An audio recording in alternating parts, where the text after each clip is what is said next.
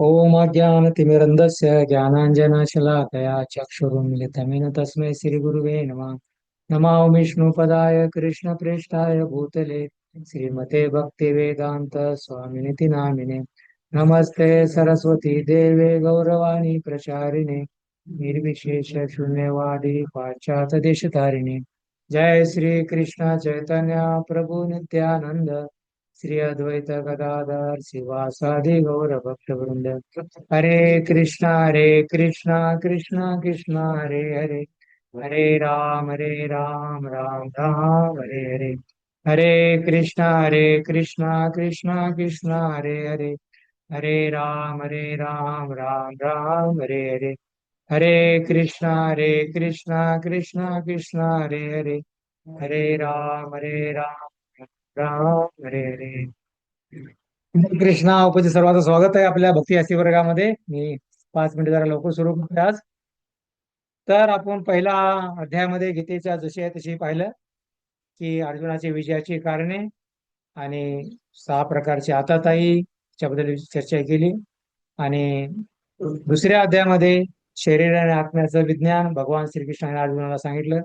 आणि अर्जुनाचे 5 प्रकारचे तर्क होते की युद्ध न करण्याचे तर्क, त्याचं खंडन पण भगवंताने दुसऱ्या अध्यायामध्ये केलं. आणि विशेष करून शरीर नाशवान आहे, आत्मा शाश्वत आहे, तर म्हणून शरीराच्या नाशाबद्दल हे विलाप नाही केलं पाहिजे. काय केलं पाहिजे? अर्जुनाने युद्ध कर्तव्य केलं पाहिजे, याबद्दल भगवंताने त्यांना उपदेश दिला. तर अशा प्रकारे भक्तिविनोद ठाकूरांनी या दुसऱ्या अध्यायाला शीर्षक दिलं होतं. तर मूळ शीर्षक तर सांख्ययोग होता. सांख्य म्हणजे विश्लेषण करणे, आणि विश्लेषण करायचं शरीर आणि आत्म्याचे विश्लेषण आहे. तर भक्तिविनोद ठाकूरांनी त्याला गीतासार दिलेला आहे. कारण गीतासार का दिलेला आहे? तर त्यामध्ये गीतासार संपूर्ण म्हणजे कर्मयोगाबद्दल वर्णन आहे, ज्ञानयोगाबद्दल वर्णन आहे, अष्टांग योगाबद्दल वर्णन आहे, आणि भक्ती योगाबद्दल पण थोडं सर्व वर्णन केलेलं आहे दुसऱ्या अध्यायामध्ये. म्हणून त्याला गीतेचा सार म्हणलेला आहे. तर भक्तियोग पण थोडा त्याच्यामध्ये, कर्मयोग ज्ञानयोग थोडा भक्तियोग पण त्यामध्ये सांगितलेला आहे. आणि संपूर्ण गीतेमध्ये कर्मयोग ज्ञानयोग अष्टांग भक्ती सर्व योगाचं वर्णन आहे.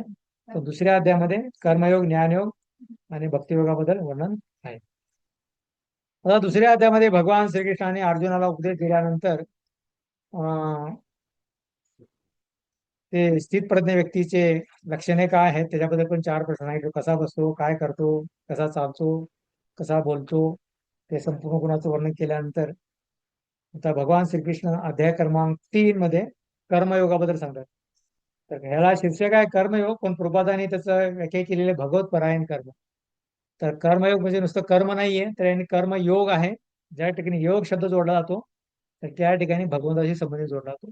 प्रत्येक याच्यामध्ये कुठलं पण कार्य, ज्ञानयोग असो, कर्मयोग असो, अष्टांग योग असो, ध्यान योग असो, योग म्हणजे भगवंताशी संबंध जोडणे. हा एक लॅटिन वर्ड पासून हा संस्कृत शब्द आलेला आहे, योग, युज धातूपासून. युज म्हणजे जोडणे. तर म्हणून हा योग म्हणजे भगवंताशी संबंध जोडणे. तर कर्मयोग आहे, कर्माद्वारे भगवंताशी संबंध आपला जोडणे, म्हणून त्याला कर्मयोग म्हटलेला आहे. तर भगवान श्रीकृष्णाने अर्जुनाच्या प्रश्नाचे उत्तर दिल्यानंतर तर हे अर्जुनाचे आणखी प्रश्न त्याचे बाकी आहेत, प्रश्न विचारायचे. आता परत अर्जुन प्रश्न या ठिकाणी विचारत आहे, आणि परत अर्जुन त्याच्या प्रश्नाचे उत्तर परत या ठिकाणी देत आहेत. तर आता अध्याय 3 मध्ये कर्मयोग, भगवतपरायण कर्म. तर या ठिकाणी आता अर्जुन विचारतोय, पहिले 1 ते 2 श्लोकाबद्दल वर्णन आहे. कर्म त्याग करावा की कर्म करावे, अर्जुनाचा गोंधळ निर्माण झाला. तर या ठिकाणी भगवंतांनी सांगितलं की बुद्धियोग सर्वात श्रेष्ठ आहे. बुद्धियोगाचं पालन केला, भक्ती करावा पाहिजे. आणि थोडीशी जर भक्ती केली तर मोठ्या संकटापासून त्याचं संरक्षण होऊ शकतंय. पण अर्जुनाने प्रश्न केलाय, अर्जुनाला समजलं नाही कर्म त्याग करायचा, कर्म करायचं बंद करून टाकायचं. कारण त्याला वाटलं की मी जर कर्म केलो तर मला कर्माचं फळ भोगेल, लागेल मला, म्हणून कर्मच करणार नाही मी. किंवा दुसरं आहे की कर्म करावे, कर्म करायचं का कर्माचा त्याग करायचा, अर्जुनाचा गोंधळ झाला होता. तर म्हणून आता अर्जुन प्रश्न विचारतो भगवंताला, कर्म करावे, कर्म आणि ज्ञान कोणता उत्तम मार्ग आहे? कर्म मार्ग किंवा ज्ञान मार्ग कोणता उत्तम मार्ग आहे? मी कर्म करू का फक्त ज्ञान ग्रहण करू? दुसऱ्यापैकी कुठला मार्ग श्रेष्ठ आहे? तर दोन्ही महत्वपूर्ण आहे जीवनामध्ये. ज्ञान घेतलं पाहिजे आणि कर्म पण केलं पाहिजे. तर आता अर्जुनाने प्रश्न केलाय कुणाला? श्रीकृष्णाला, श्लोक क्रमांक 1 मध्ये. अध्याय 3 कर्मयोग 1 ते 2 या श्लोकामध्ये वर्णन आहे की कर्म त्याग करावा की कर्म करावे, काहीच करायचे नाही किंवा कर्म करायचं, कार्य करायचंय किंवा करायचं नाही. तर अर्जुनाला अशी शंका निर्माण झाली होती की जर मी कर्म केलं तर मला कर्माचे फळ. अर्जुनासाठी कर्म काय आहे? क्षत्रिय आहे, युद्ध केलं पाहिजे. अनेक लोकांचा मृत्यू होईल त्याच्यामध्ये, त्याचे कर्मफळ लागतील. म्हणून अर्जुन म्हणतो की अशा प्रकारे मी कर्म केल्याने मला पापच लागणार आहे, मी कर्म का करू? किंवा कर्म करावे. तर या द्विधा स्थितीमध्ये अर्जुन उपस्थित आहे. आता म्हणून तो प्रश्न विचारतोय, अर्जुनाचा गोंधळ निर्माण झालेला आहे. पण जो व्यक्ती गोंधळलेल्या स्थितीमध्ये आहे त्यांनी काय केलं पाहिजे? गुरुचा आश्रय घेतला पाहिजे. गुरु त्या व्यक्तीला गोंधळलेल्या स्थितीतून बाहेर काढू शकतात. तसं आपण दुसऱ्या अध्यायातील दुसऱ्या श्लोकामध्ये आपण चर्चा केली. दुसऱ्या तिसऱ्या श्लोकामध्ये शिष्यस्तेम शादी माप तो प्रपन्ना. तुम्ही बघा, अर्जुन म्हणतो की तुमचा शिष्य बनलेला आहे आणि तुम्हाला ज्ञान देण्यासाठी तयार राहा. अशा प्रकारे ज्ञान श्रवण करण्यासाठी मी तयार आहे. तर अर्जुनाचा गोंधळ आहे. अर्जुनाने प्रश्न केलाय की कर्म आणि ज्ञान कोणता उत्तम मार्ग आहे? कर्म करायचा आहे किंवा ज्ञान म्हणजे भक्ती मार्ग, ज्ञान ग्रहण करायचे किंवा भक्ती मार्ग करायचा, दोन्ही कुठले मार्ग श्रेष्ठ आहेत? कोणता मार्ग उत्तम आहे? तर कर्म म्हणजे भगवंता प्रित्यर्थ करायचं आहे, ज्ञान पण भगवंता प्रित्यर्थ प्राप्त करायचं आहे. तर दोन्ही मार्ग एकच आहे. पण अर्जुनाला समजलं नाही ते. कारण दुसऱ्या अध्यायामध्ये भगवंतानी एक कर्मयोग, ज्ञानयोग, अष्टांगाचं जे वर्णन होतं ते एकदम सविस्तरपणे केलेलं नव्हतं. म्हणून त्या अर्जुनाची गोंधळ निर्माण झाला होता. तर म्हणून आता हे अर्जुन जो आहे भगवंताला प्रश्न विचारतोय की कर्म ज्ञान हा कोणता मार्ग उत्तम आहे? कर्म मार्गाचं पालन करू का ज्ञान मार्ग पालन करू? भक्ती करू का मी कर्म करू? पण अर्जुनासाठी जो कर्म करतोय तीच भक्ती येते त्यासाठी, धनुष्य चालवणे. तर आता अर्जुन प्रश्न विचारतोय श्लोक क्रमांक 1 मध्ये, बुद्धी कर्मापेक्षा श्रेष्ठ आहे तर घोर युद्ध का करावे? बुद्धी कर्मापेक्षा श्रेष्ठ आहे तर बुद्धियोग म्हटलेला आहे. बुद्धियोग म्हणजे भक्ती योग आहे, त्याला बुद्धियोग म्हटलेला आहे. तर बुद्धी कर्मापेक्षा श्रेष्ठ आहे तर अर्जुनाचा प्रश्न आहे आता.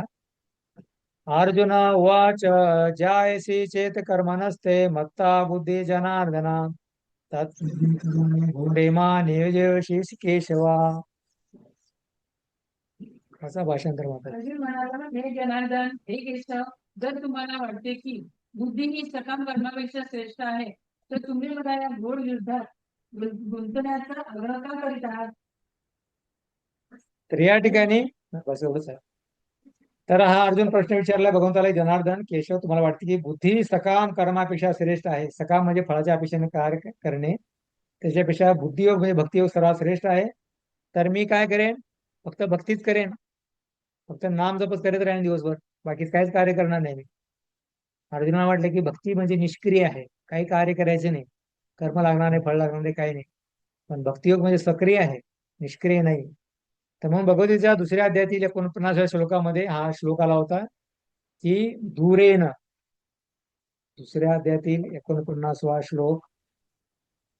हा, दूरेन ह्यावर कर्मा बुद्धियोग धनंजय बुद्धी शरण मनविच्छ कल्पना फल. हे धनंजय, भक्तिमय सेवेद्वारे सर्व निंदे अशा कर्मांना दूर सार आणि त्या भागवत भावनेने भगवंताला शरण जा.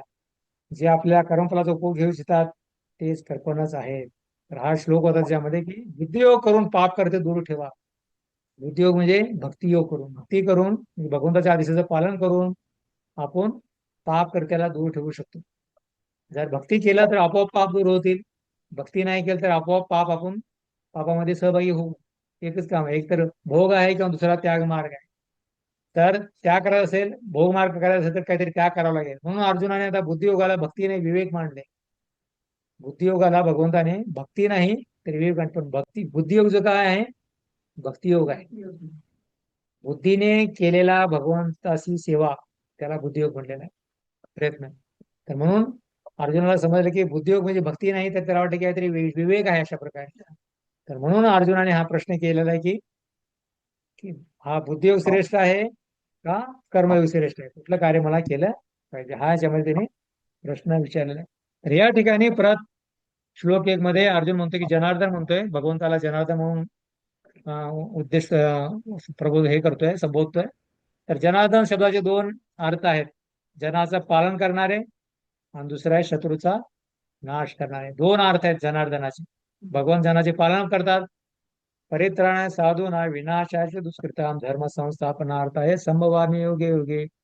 तर भक्ताचं रक्षण करतात आणि जे शत्रू आहेत त्यांचा काय करतात भगवंत नाश करतात. तर पुढे म्हटलेलं आहे, केशव म्हटलेलं आहे भगवंताना आहे. केशव म्हणून हा शब्द आला या ठिकाणी. नियोजसी केशव. केशव म्हणजे केशी असुराचा भगवंताने वध केला होता म्हणून त्याला केशव म्हटलेलं आहे. आणि दुसरं आहे भगवंताचे केस कुरळे आहेत. भगवान श्रीकृष्णाचे केस कुरळे आहेत. आणि भगवान श्रीकृष्णाचं आणखी एक नाव आहे केशव. राधाराणीची केशभूषा भगवंताने राधाराणीचे केस विचारले. शृंगार वट आहे वृंदावनमध्ये. तर त्या ठिकाणी भगवंत त्यावेळेस राधाराणी गोपी ज्यावेळेस रासला करत होते भगवंत काय करत होते राधाराणीचे केस विचारत होते. आणि ब्रह्मा आणि शिवाचे काय आहेत ते पूजक आहेत. के म्हणजे ब्रह्मा, शव म्हणजे शिव. ब्रह्मा आणि शिवाचे ते पूजक आहेत. अशा प्रकारे केशव शब्दाचे हे चार अर्थ आहेत. तर म्हणून आता अर्जुन म्हणतोय की हे जे विवेक मानले तर अध्याय 2 मध्ये आत्मज्ञानाने अर्जुनाचा शोक दूर करण्याचा प्रयत्न झाला. पण अर्जुनाला भक्ती म्हणजे निर्जन भजनासारखी निष्क्रियता वाटली असे वाटले. त्याने कुशलतेने युद्ध नाकारले. परंतु प्रामाणिक विद्यार्थी असल्यामुळे त्याने प्रश्न केला. तर भगवंतांनी दुसऱ्या अध्यायामध्ये युद्ध करण्यासाठी कर्तव्य करण्यासाठी अर्जुनाला भरपूर उपदेश केला. ते झाल्यानंतर पण अर्जुनाला वाटलं की ठीक आहे भगवंताने सांगितलं की तू भक्ती कर माझ्या आदेशाचं पालन कर. थोडी जरी भक्ती केलास तर मोठ्या मोठ्या संकटातून तू वाचू शकतोस. तर पण अर्जुनाला वाटलं की भक्ती म्हणजे निर्जन आहे. काही कार्य करायचं नाही. फक्त काय करायचं आहे त्यामध्ये जपमाळ घ्यायचा आहे आणि दिवसभर हरे कृष्णा कृष्णा कृष्णा हरे हरे हरे राम राम राम. पण आपण भक्ती रसामध्ये चर्चा करत होतो भक्ती म्हणजे फक्त जप करणे नाहीये. तर भक्तीमध्ये 9 विधा भक्ती आहे. 9 प्रकारची भक्ती आहे. श्रवण कीर्तन स्मरण वंदनम अर्चनम दास्यम साख्यम आत्मनि. 9 प्रकारे भक्ती भगवंताची भक्ती करू शकतो. तर ती भक्ती आहे. आणि हे करणे म्हणजे निष्क्रिय नाही एका ठिकाणी बसून कार्य करणं नाही तर सक्रिय असलं पाहिजे. पण त्याच्यामध्ये व्हरायटी आहे. तर म्हणून त्यांना निष्क्रिय वाटले म्हणून त्यांनी काय केलं युद्ध नाकारले. परंतु विद्यार्थी आहे कसा आहे प्रामाणिक विद्यार्थी आहे. पहिल्या बेंचवर पुढे बसलेला आहे आणि याचा बॅक बेंचर नाहीये. त्यामुळे त्यांनी काय केलंय प्रश्न विचारलाय कुणाला भगवंताला प्रश्न विचारलाय की आता कर्म श्रेष्ठ आहे ज्ञान मार्ग श्रेष्ठ आहे. ज्ञानाचं पालन करू ती करू का मी कर्म करू. पण दोन्हीचा उद्देश एकच आहे. भगवंता प्रीत्यर्थ जर केला तर ती भक्ती आहे. पण भगवंता प्रीत्यर्थ जर नसेल तर ती भक्ती नाही. म्हणून या अध्यायाला कर्मयोग हे म्हटलेलं आहे. अध्याय काय आहे कर्मयोग. जे पण काय कार्य कर्म कर्म कर्म करतो आपण तर ते भगवंता प्रीत्यर्थ आपल्याला केलं पाहिजे.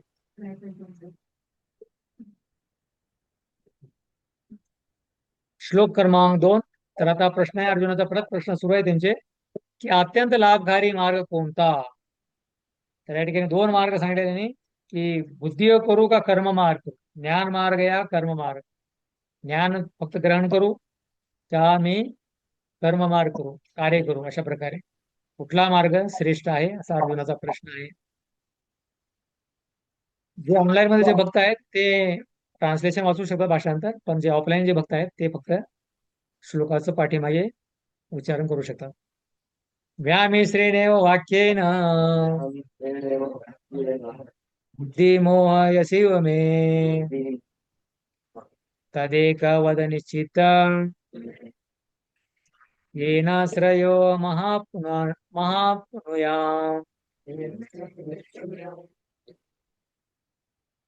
हरे कृष्णा. तुमच्या संदिग्ध बोलण्यामुळे माझी बुद्धी गोंधळून गेली आहे. म्हणून यापैकी कोणती गोष्ट माझ्यासाठी सर्व दृष्टीने श्रेयस्कर आहे ते कृपया निश्चितपणे मला सांगा. धन्यवाद गुरुजी. तर भगवंताने कर्ममार्ग ज्ञानमार्ग हे सगळं दुसऱ्या अध्यायामध्ये सांगितलेलं आहे विवेचन केलेलं आहे. पण हे अर्जुनाला स्पष्टपणे समजलेलं नाही. तर म्हणून अनेक योग कर्मबद्धरित्या सांगितलेले नाही. कारण गीता सार आहे आणि ह्याचं कर्मबद्ध रीतीने वर्णन पुढच्या अध्यायामध्ये येणार आहे. दुसऱ्या तिसऱ्या चौथ्या पुन्हा 18व्या अध्यायापर्यंत येणार आहे. म्हणून याला गीता सार म्हटलेलं आहे. पण एकाच अध्यायामध्ये भगवंताने पद्धतशीरपणे सर्व काही दिलेलं नाही. गीता सार म्हटलेलं आहे पण सर्व काही दिलं नाही. पण ते अर्जुनाला समजलं नाही ते सर्व योगाचं. त्याला वाटलं की हे त्याला भ्रमित झाला अशा प्रकारे एकत्र सर्व योग आल्यामुळे. तो त्याला समजले नाही, म्हणून तो आता अनुसरणे विधी जाणणे आवश्यक झाले त्याला. मी काय केलं पाहिजे? तुम्ही एवढे योग सांगितले की मला काय करायचं आणि काय करायचं समजलंच नाही. बऱ्याच वेळा होतो ना, कुठलीही गोष्ट 10 गोष्टी एकत्र सांगितलं तर एकही गोष्ट लक्षात राहत नाही. एक गोष्ट सांगितलं तर सर्व लक्षात राहील त्याच्या. पण त्या प्रकारे अर्जुनाची परिस्थिती झालेली आहे. तर आता मला जीवनामध्ये काय पालन केलं पाहिजे, काय आवश्यक आहे, कुठली विधी, मी कर्माचं पालन करू का बुद्धियोगाचं पालन करू, कुठला योग श्रेष्ठ आहे? तर तो आता अर्जुन भगवंताला प्रश्न विचारत आहे दुसऱ्या श्लोकामध्ये. हे अर्जुनाला जाणून घ्यायचे होते, कृष्ण भावना निष्क्रिय आहे की सक्रिय आहे. कृष्ण भावना म्हणजे सक्रिय आहे, कार्य करत राहणे.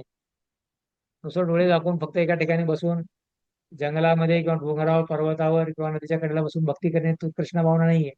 कृष्ण भावना म्हणजे काय? सक्रिय आहे, कार्य केलं पाहिजे, निष्क्रिय नाहीये. म्हणून जो कोण कार्य करत असेल तर ते योग्य भावना आहे. पण जर कोणी निष्क्रिय असेल किंवा ठीक आहे मी भक्ती करतोय, मी बाकीच कार्यच करणार नाही, नोकरी करणार नाही, व्यवसाय करणार नाही, परिवाराचं संरक्षण करणार नाही किंवा कुठली सेवा करणार नाही, तर ती निष्क्रिय नाही, तर कृष्ण भावना सक्रिय आहे, तर ती भक्ती नाहीये. तर अध्याय 3 ते 8 मध्ये वर्णन आहे. काय वर्णन आहे? श्रीकृष्ण आता सांगतील की अर्जुनाच्या कर्तव्य निवृत्तीमध्ये काय दोष आहेत. अध्याय क्रमांक 3 ते 8 या याच्यामध्ये श्रीकृष्ण आता सांगतील की अर्जुनाच्या कर्तव्य निवृत्तीमध्ये काय दोष आहेत. तर अध्याय हा 3 आहे. तर आता 8व्या श्लोकामध्ये 3 ते 8 या श्लोकामध्ये, अध्याय 3 आहे आणि 3 ते 8 या श्लोकामध्ये सांगतील की कर्तव्य निवृत्तीमध्ये काय दोष आहेत. अर्जुन म्हणतोय की मी युद्ध करणार नाही, त्याच्यामध्ये काय दोष आहे. निष्काम कर्मयोग, कर्मयोग सांख्ययोगापेक्षा उत्तम आहे. कर्मयोग आहे सांख्ययोगापेक्षा उत्तम आहे. कर्मयोग काय आहे? भक्तियोग आहे. कर्मयोग या ठिकाणी वर्णन नाही केलेलं आहे. कर्म म्हणजे कर्माद्वारे भगवंताला प्रसन्न करणे, भगवंता प्रित्यर्थ कर्म करणे म्हणजे त्याला कर्मयोग म्हटलेलं आहे. सांख्ययोगापेक्षा श्रेष्ठ आहे. सांख्ययोग काय आहे? सांख्ययोग फक्त विश्लेषण करणे, फक्त माहिती, इन्फॉर्मेशन आहे. फक्त इन्फॉर्मेशन आहे, माहिती आहे, पण त्याच्यामध्ये विज्ञान नाहीये. ज्ञान आहे पण त्यामध्ये विज्ञान नाही, अशा प्रकारे. आणि भक्ती काय आहे? पूर्णपणे विज्ञानामध्ये बदल केला जातो. म्हणून निष्काम कर्मयोग, कर्मयोग सांख्यापेक्षा श्रेष्ठ आहे. या ठिकाणी निष्काम कर्मयोग तोच म्हणजे कर्मयोग सांख्ययोगापेक्षा म्हणजे विश्लेषण करण्यापेक्षा तो श्रेष्ठ योग आहे. तर म्हणून या ठिकाणी बघून जातो की सांख्ययोगापेक्षा कर्मयोग श्रेष्ठ आहे. म्हणून अर्जुनाने काय केलं पाहिजे? कर्म केलं पाहिजे. तर श्लोक 3 आहे, 2 सिद्धांत आहेत, सांख्ययोग आणि कर्मयोग. सांख्य म्हणजे विश्लेषण करणे, कर्म म्हणजे भक्ती करणे किंवा भगवंताच्या आदेशाचं पालन करणे. आता भगवान श्रीकृष्ण अर्जुनाच्या हे जे प्रश्न होता की कर्मयोग श्रेष्ठ आहे या सांख्ययोग श्रेष्ठ आहे, तर त्याबद्दल आता या ठिकाणी 3ऱ्या श्लोकामध्ये भगवान श्रीकृष्ण आता अर्जुनाला त्या प्रश्नाचं उत्तर देत आहेत. 2 सिद्धांत आहेत, सांख्य योग आणि कर्मयोग. श्री भगवान वाच भगवानवाच लोकोऽस्मिन् द्विधा निष्ठा पुरा प्रोक्त मया नघ पुरा श्रुता मया नघ ज्ञानयोगेन सांख्यानां ज्ञानयोगेन साङ्ख्यानां कर्मयोगेन योगिनाम्. कर्मयोगेन योगिनाम्.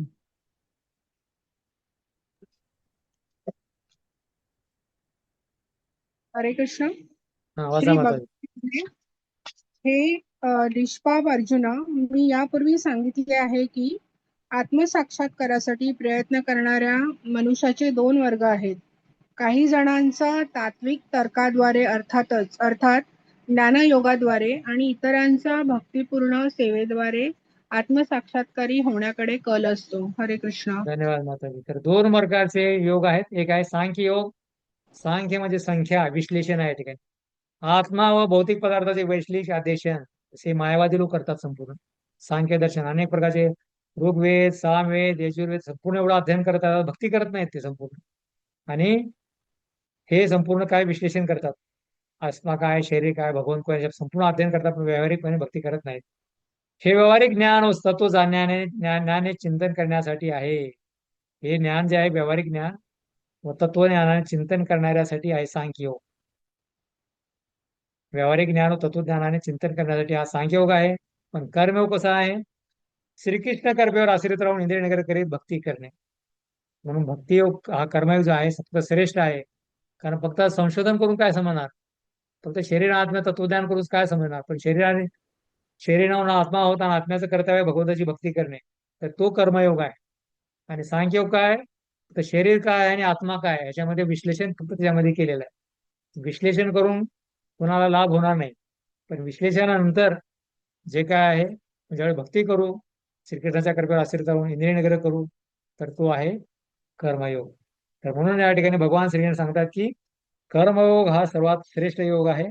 म्हणून कर्म न केल्याने काय दोष होईल, तर कर्म केल्याने काय दोष होईल याच्यामध्ये सांगतायत. आता तर सांख्ययोगाची निकृष्टता काय आहे, ह्याच्यामध्ये सांख्ययोगाची निकृष्टता काय आहे, 4 ते 6 श्लोकामध्ये वर्णन आहे की सांख्ययोग की सोपा मार्ग नाहीये. फक्त विश्लेषण करायचं, शास्त्राचं पुन्हा अध्ययन करायचं आहे, प्रॅक्टिकल नाहीये. फक्त थिअरी दिलेली आहे, फक्त ज्ञान दिले, पण विज्ञानामध्ये तसं हे झालेलं नाहीये. तर निष्कर्ष आहे, दोन्ही योग धर्म व सिद्धांताच्या रूपाने परस्परावर आश्रित आहेत. कुठला, सांख्य योग आणि कर्मयोग. कुठले 2 प्रकारचे योग भगवंताने सांगितलेले, सांख्ययोग आणि कर्मयोग. सांख्ययोग म्हणजे शरीर आणि आत्म्याचं विश्लेषण आहे. कर्मयोग म्हणजे इंद्रियाला निग्रह करून भगवंताची भक्तिमय सेवा करणे, दोघांमध्ये अंतर आहे. तर दोन्हीचा परस्परावर आधार, दोन्ही आवश्यक आहेत. विश्लेषण पण आवश्यक आहे, शास्त्राचं अध्ययन आपण करतो या ठिकाणी तत्व जाणण्यासाठी, ते पण आवश्यक आहे. आणि दुसऱ्या जाणल्यानंतर भगवंताची भक्ती पण केली पाहिजे, दोन्ही आवश्यक आहे. तर म्हणून आता पुढे म्हणणार नाही की जे धर्मविन सिद्धांत भावुकता आणि धर्मांधता आहे. जर फक्त सिद्धांतच आहे, तत्वज्ञान आहे, पण धर्मच नाही, तर ती काय फक्त भावुकता आणि धर्मांधता आहे. म्हणून त्यासाठी सिद्धांत जाणण्याचा असेल तर धर्म पण पाहिजे. सनातन धर्म किंवा परंपरेवर जो आलेला धर्म आहे ते पण आवश्यक आहे. तसं कुणी म्हणाल की मी काय केलेलं आहे, स्वतः पुस्तक लिहिलेलं आहे आणि त्याचा मी प्रचार करतोय, पण त्याचा धर्मच नाही. धर्माचं साक्षात भगवंत आदेश पूर्णपणे परंपरेनुसार तो आलेला नाही, धर्म नाही. तसं आपला कुठला इस्कॉनचा धर्म कसला, सनातन धर्म आहे, भागवत धर्म आहे. तर त्याच प्रकारे तर धर्मविन सिद्धांत आहे, ग्रंथ आहेत. अनेक लोकांनी गीता लिहिली आपल्या आपल्या नावाने, त्याचा हे करतात, प्रचार तर नाही करतात, व्यापार करतात. पण हे काय आहे, भावुकता आणि धर्मांधता आहे अशा प्रकारे. तर दुसरा एक मार्ग आहे सिद्धांतविन धर्म. धर्म आहे नव्हतं की आम्ही हे हिंदू आहे, हे आहे, ते आहे, अशा प्रकारे वेगवेगळ्या लोकांनी धर्म बनवलेले आहेत. पण म्हणतात की सिद्धांत नाही, त्याच्याकडे तत्वज्ञानच नाहीये. एक काय आहे की सिद्धांत पण आवश्यक आहे आणि दुसरा आहे धर्म पण आवश्यक आहे. तर सिद्धांत जर नसेल, फक्त धर्म असेल, लोक आपल्या धर्माच्या नावावर अनेक प्रकारचे भांडणं करतात, हे करतात, तर ही फक्त मानसिक कल्पना आहे अशा प्रकारे. आणि दोन्ही चुकीचे आहेत अशा प्रकारे. पण दोन्हीचे लक्ष कोण आहेत, श्रीकृष्णच आहेत. दोन्हीचे लक्ष श्रीकृष्णच आहेत. पण धर्मविन सिद्धांत चुकीचा मार्ग आहे आणि सिद्धांतविन धर्म हे पण मानसिक कल्पना आहे. त्यासाठी धर्म पण पाहिजे आणि सिद्धांत पण पाहिजे, दोन्ही आवश्यक आहेत. नुसता धर्म आहे का नुसता सिद्धांत चालून चालणार नाही. तर धर्म पण पाहिजे आणि सिद्धांत म्हणजे तत्वज्ञान पण पाहिजे. तर आपल्याकडे धर्म पण आहे, सनातन धर्म, भागवत धर्म आहे. आणि तत्वज्ञान काय आहे, भगवद्गीता आणि भागवत तत्वज्ञान आहे. ते म्हणजे स्वतः भगवंताकडून आलेलं आहे. म्हणून या ठिकाणी दोन्हीचे लक्ष श्रीकृष्ण. दोघांचा उद्देश काय आहे, कुणाचा, धर्माचा आणि सिद्धांताचा, दोन्हीचा उद्देश भगवान श्रीकृष्णाला जाणणे आहे. म्हणून भगवान श्रीकृष्ण पुढे म्हणतात की वेदेश सर्व आमे वेद वेदात कर्त विदेवच. वेदाचा उद्देश काय आहे, मला जाणणे. धर्माचा पण उद्देश भगवंताला जाणणे आहे आणि सर्व सिद्धांताचा पण उद्देश आहे भगवंताला जाणणे. एक सांख्ययोग म्हणजे काय, एक अप्रत्यक्ष विधी आहे, प्रत्यक्ष सरळ मार्ग नाहीये. सांख्ययोग म्हणजे आता कसं आहे, आता आपल्याला जर प्रसाद खायचे तोंडामध्ये, तर अशा प्रकारे हात ठेवून अशा प्रकारे हे करून खाणे, सांख्ययोग त्या प्रकारे. आणि भक्तियोग कसा आहे, सरळ प्रसाद घ्या आणि तोंडामध्ये घाला, सोपा विधी आहे. तात्विक चिंतन करून कृष्ण भावनेपर्यंत नेतो. तत्वज्ञान जाणायचं एवढंच. तत्वज्ञान चिंतन करतात, कृष्ण असे आहे, तत्वज्ञान अशा प्रकारे चिंतन करून काय करतात, ते कृष्ण भावनेपर्यंत नेतो. अनेक प्रकार शास्त्राचं अध्ययन करून हा प्रत्यक्ष विधी आहे. दुसरी आहे प्रत्यक्ष विधी, कर्मयोग, सरळ कृष्ण भक्ती करणे. भगवंताच्या नावाचा जप करा, हरे कृष्ण कृष्णा कृष्णा हरे हरे, हरे राम. अशा प्रकारे भगवंताचं नाम जप करून भगवंताला प्रसन्न करणे, भक्ती करणे हा सोपा मार्ग आहे. पण सांख्ययोग फार कठीण मार्ग आहे आणि ह्याचं जे विधान, ह्याचं आचरण सर्व मायावादी निराकारवादी लोक सांख्ययोगाचं आचरण करतात. दोघेमध्ये कृष्ण भावना उत्तम आहे. दोघांमध्ये सांख्ययोगामध्ये आणि कर्मयोगामध्ये कृष्ण भावना उत्तम आहे म्हणून कोरड्या सिद्धांतापासून शुद्धीकरणाची गरज नाही. कोरडे सिद्धांतापासून शुद्धीकरणाची गरज नाही. तर म्हणून कृष्ण भावना शुद्धीकरण विधी आहे. कोरडा सिद्धांत काय आहे? कोरडा सिद्धांत म्हणजे त्यामुळे भगवंताची भक्ती नाही. भगवंताची भक्ती त्या ठिकाणी नाही, कृष्ण नाही आहेत. फक्त सिद्धांत सिद्धांत चर्चा करतात. अशा प्रकारे हे असं आहे तसं आहे प्रकारे सिद्धांतावर चर्चा करतात, पण भक्ती ते करत नाहीत. म्हणून कोरड्या सिद्धांत शुद्धीकरणाची गरज नाही. तर त्यासाठी कृष्ण भावना शुद्धीकरण, त्यासाठी काय केलं पाहिजे? आपल्याला कृष्ण भावनेच्या जीवनामध्ये आचरण केलं पाहिजे, भगवंताची भक्ती केली पाहिजे. त्याच्यामुळे आपोआप शुद्धीकरण होईल आपलं. म्हणून हीच सोपी व दिव्य विधी आहे. कुठली? कृष्ण भावना किंवा कर्मयोग, एकच मार्ग आहे. ही सोपी व दिव्य विधी आहे. तर सांख्ययोग आणि कर्मयोगामध्ये कुठला श्रेष्ठ विधी आहे? कर्मयोग श्रेष्ठ आहे आणि कर्मयोग कृष्ण भावना आहे आणि तो सोपा मार्ग आहे आणि शुद्धीकरणाची विधी आहे. म्हणून कृष्ण भावना हा सर्वात श्रेष्ठ मार्ग आहे. सांख्ययोगाची निकृष्टता. तर कृष्ण भावना सर्वात सोपा मार्ग आहे. कर्मयोग भगवंतांनी सांगितलं. तर 4 ते 6 श्लोकांना सांगतो की सांख्ययोगाची निकृष्टता काय आहे. सांख्ययोगाची निकृष्टता काय? सांख्ययोग व्यावहारिक आहे का? अव्यावहारिक आहे. प्रॅक्टिकल नाही सांख्ययोग.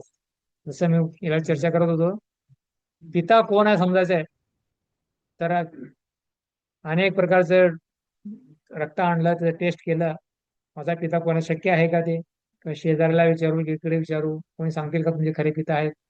पण शास्त्र काय आहेत? मातेप्रमाणे आहेत. तुम्ही मातेला विचारा, माता सांगेल तुमचे पिता कोण आहेत. म्हणून शास्त्र जे आहेत माता आहेत, गीता भागवत, त्यांचं आचरण करा. भगवंत कोण आहेत किंवा आपले पिता कोण आहेत ते आपल्याला समजू शकतो.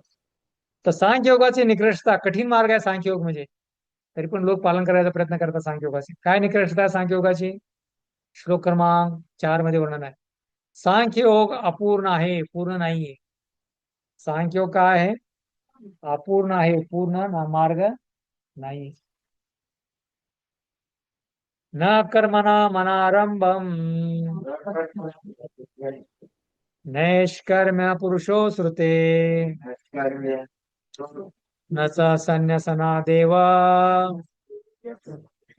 सिद्धी समाधी गच्छति.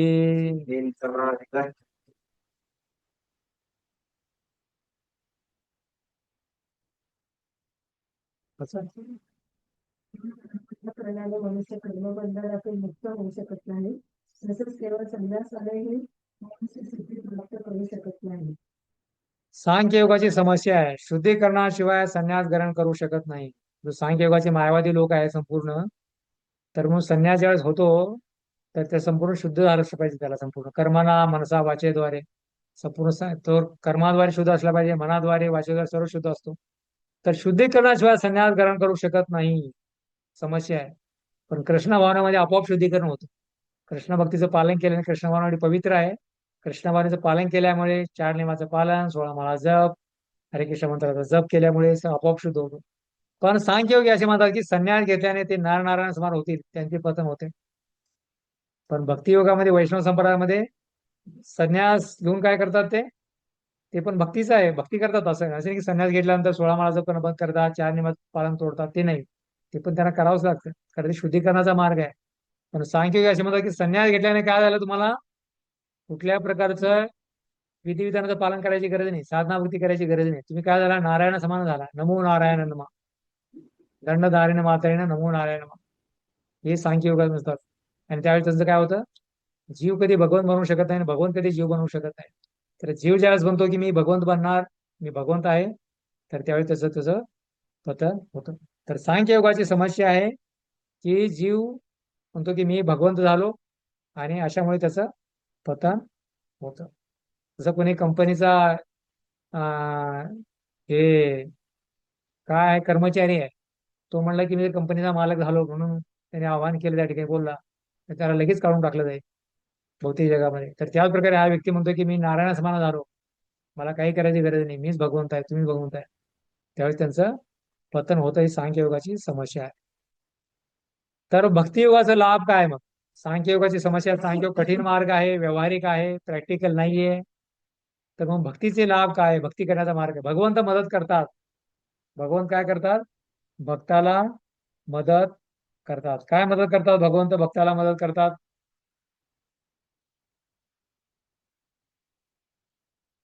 अल्प प्रगतीने महान संकटातून पार होऊ शकतो.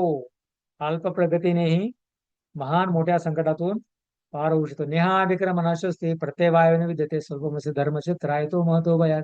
दुसरा देश 40वा श्लोक. थोडीशी प्रगती केली. आजामीर आहे, गजेंद्र याचं उदाहरण दिलं जातं. त्यांनी पहिल्या जीवनामध्ये भक्ती केली होती, काही कारणाचं त्यांचं पतन झालं होतं. पण मृत्यूच्या वेळी त्यांनी भगवंताला पुकारलं संकटाच्या वेळी, आणि भगवंत येऊन त्यांचं रक्षण केलं. तर हे भक्तीचे लाभ आहे. भगवंत भक्ताला मदत करतात. पण सांख्ययोगाचं काय आहे? पतन होतं. तर हे दोघांमध्ये अंतर आहे, सांख्ययोगामध्ये आणि कर्मयोग किंवा भक्तियोगामध्ये. श्लोक क्रमांक 5. सांख्ययोग म्हणून अव्यावहारिक आहे. सांख्ययोग सर्वोपा मार्ग नाही किंवा प्रॅक्टिकल नाही, अव्यावहारिक मार्ग आहे. का व्यावहारिक आहे? नाही कच्चितन क्षणमपि जातो तिष्ठत कर्मकृत् कार्यते ह्यवशं कर्म सर्व प्रकृती जैर गुणे. ऑनलाईन मध्ये भक्त वाचू शकतात, भाषांतर. हरे कृष्णा प्रभुजी. प्राकृतिक गुणापासून प्राप्त केलेल्या गुणांनुसार मनुष्याला असहाय्यपणे कर्म करण्यास भाग पाडले जाते. म्हणून कोणालाही कर्म केल्या वाचून एक क्षणभरही जगता येत नाही. धन्यवाद प्रभू. तर हे कर्म हे केलंच पाहिजे. कर्म करणं आपण थांबवू शकत नाही. तर म्हणून हे सांख्ययोग जे आहे अव्यावहारिक आहे. सांख्ययोग मध्ये कर्म नाही करायचं, फक्त काय करायचं आहे? फक्त वेदाचं अध्ययन करायचं आहे, विश्लेषण करायचं आहे, फक्त कार्य करा, प्रॅक्टिकल कार्य नाही करायचं. तरी सांख्ययोग अव्यावहारिक आहे. जीव एक क्षण देखील कार्य केल्याविना राहू शकत नाही. प्रकृतीद्वारे प्राप्त गुणानुसार काम करावे लागते. प्रकृती काय करते? प्रार्थिक गुणानुसार, सत्वगुणानुसार, रजोगुणानुसार, तमोगुणानुसार. तिन्ही गुण आपल्या शरीरामध्ये आहेत. सकाळी सत्वगुण असतो, दुपारी रजोगुण असतो, संध्याकाळी तमोगुण असतो. त्यानुसार आपल्याला कार्य करावं लागतं. आणि प्रकृती काय करते? तिच्या प्रकृती आपल्या 3 गुणाद्वारे आपल्याकडून कार्य करून घेतात अशा प्रकारे. तर म्हणून आत्मा सक्रिय आहे, म्हणून शरीर देखील सक्रिय आहे. आत्मा सक्रिय आहे, नेहमी कार्य करतो आत्मा. आत्मा कधी झोपत नाहीये. आत्मा 24 तास काय करतोय? सेवेमध्ये कार्यरत आहे 24 तास. आत्मा जर कार्य करणं बंद केलं तर काय होईल? आत्मा झोपला तर सर्व आपण झोपू कायमचं अशा प्रकारे. म्हणून शरीर देखील सक्रिय आहे. निष्कर्ष आहे, आत्म्याला भक्तीच्या कार्यात लावा, अन्यथा तो मायाच्या कार्यात लागेल. म्हणून आत्म्याला किंवा जीवाला भगवंताच्या भक्तीच्या कार्यामध्ये लावलं पाहिजे. जीवे रस स्वरूप आहे कृष्ण दास, अन्यथा तो मायाच्या कार्यात लागेल. एकतर रामाचं नाव येईल, नाही तर तो कामाकडे जायचं अशा प्रकारे. राम आणि काम दोन्ही एकत्र राहणार नाही तिथे. ज्या ठिकाणी राम आहे त्या ठिकाणी काम राहणार नाही, ज्या ठिकाणी काम आहे त्या ठिकाणी राम येणार नाही. तर म्हणून आत्म्याला किंवा जीवाला भक्तिमय कार्यात लावलं पाहिजे, नाहीतर तो मायाच्या कार्यात लागेल. तर म्हणून कधी कधी विचार करतो की खाली दिमाग सैतान का घर. जर जे डोकं जर खाली असेल डोकं मन, तर ते सैतानचं घर. काय पण विचार असतील. म्हणून सांगितलं की सवय मन कृष्ण पदार विंद वाचाचे वैकुंठ गुन्हा. म्हणून मनाला भगवंताच्या चिंतनामध्ये लावलं पाहिजे. मनाला खाली ठेवलं नाही पाहिजे. म्हणून कोणाला भेटला भक्ताला की तुम्ही फ्री आहात का? भक्त म्हणून करेल की मी कधी पण असा फ्री नाहीये, 24 तास आम्ही नाही. पण कृपा म्हणतात इस्कॉनचे भक्त आहेत, 24 तास आमच्यासाठी सेवा आहे. 24 तास. लोकांना वाटतं की नाही ते मंदिरमध्ये राहतात, प्रसाद खातात आणि झोपतात. तो नाही. तर कृपा म्हणतात की 24 तास आमची सेवा असते. 24 तास. सकाळी 4 वाजल्यापासून ते रात्री 12 वाजल्यापर्यंत सेवा असते, आणि 12च्या नंतर आम्ही परत 4 तास झोपतो, जेणेकरून दुसऱ्या दिवशी सकाळी उठून आम्ही परत चांगल्या प्रकारे भगवंताची सेवा करतो. पण अशा प्रकारे कृष्ण भावना जी आहे पूर्णपणे सक्रिय आहे, निष्क्रिय नाही. कारण 24 तास आपण भगवंताच्या सेवेमध्ये कार्य आपण करत राहतो. श्लोक क्रमांक 6. मिथ्याचारी कोण आहे? मिथ्याचारी कर्मनेंद्रियानि संयम्य ये आस्ते मनसा स्मरण इंद्रियार्थानि मूढात्मा मिथ्यासारस उच्यते. कर्मेंद्रिय सेवित करतो, परंतु ज्याचे मन इंद्रिय विषयाचे चिंतन करीत आहे तो निश्चितपणे स्वतःची फसवणूक करतो, आणि अशा मनुष्याला मिथ्याचारी म्हटले जाते. तर या ठिकाणी वर्णन आहे की श्लोक क्रमांक 6 मध्ये मिथ्याचारी कोण आहे. मिथ्याचे म्हणजे खोटं आचरण करणारा, जो दाखवतो एक आणि करतो एक, अशा प्रकारे मिथ्याचारी. फक्त मी दाखवतो की मी किती मोठा भक्त आहे आणि बाकी बाहेर भक्तामध्ये आल्यानंतर जो भक्तीसारखा वागतो, बाहेर गेल्यानंतर परत जे अभक्त लोकांबरोबर मिळतो, अशा प्रकारे. म्हणून त्याला म्हणलेलं की बगळा भगत म्हणलेला आहे. तुम्ही पाहिला असेल कधी तलावाच्या का नदीच्या किनारी बगळा असतो, शांतपणे ध्यान मग्न असतो संपूर्ण. त्याच्या समोर मासा आला, लगेच तो माशाला पकडतो. म्हणजे ज्यावेळेस इंद्रिय भोग ज्याच्या समोर येईल, तो लगेच सर्व विसरून जातो, ध्यान वगैरे. त्याचा उद्देश काय असतो ध्यानाचा?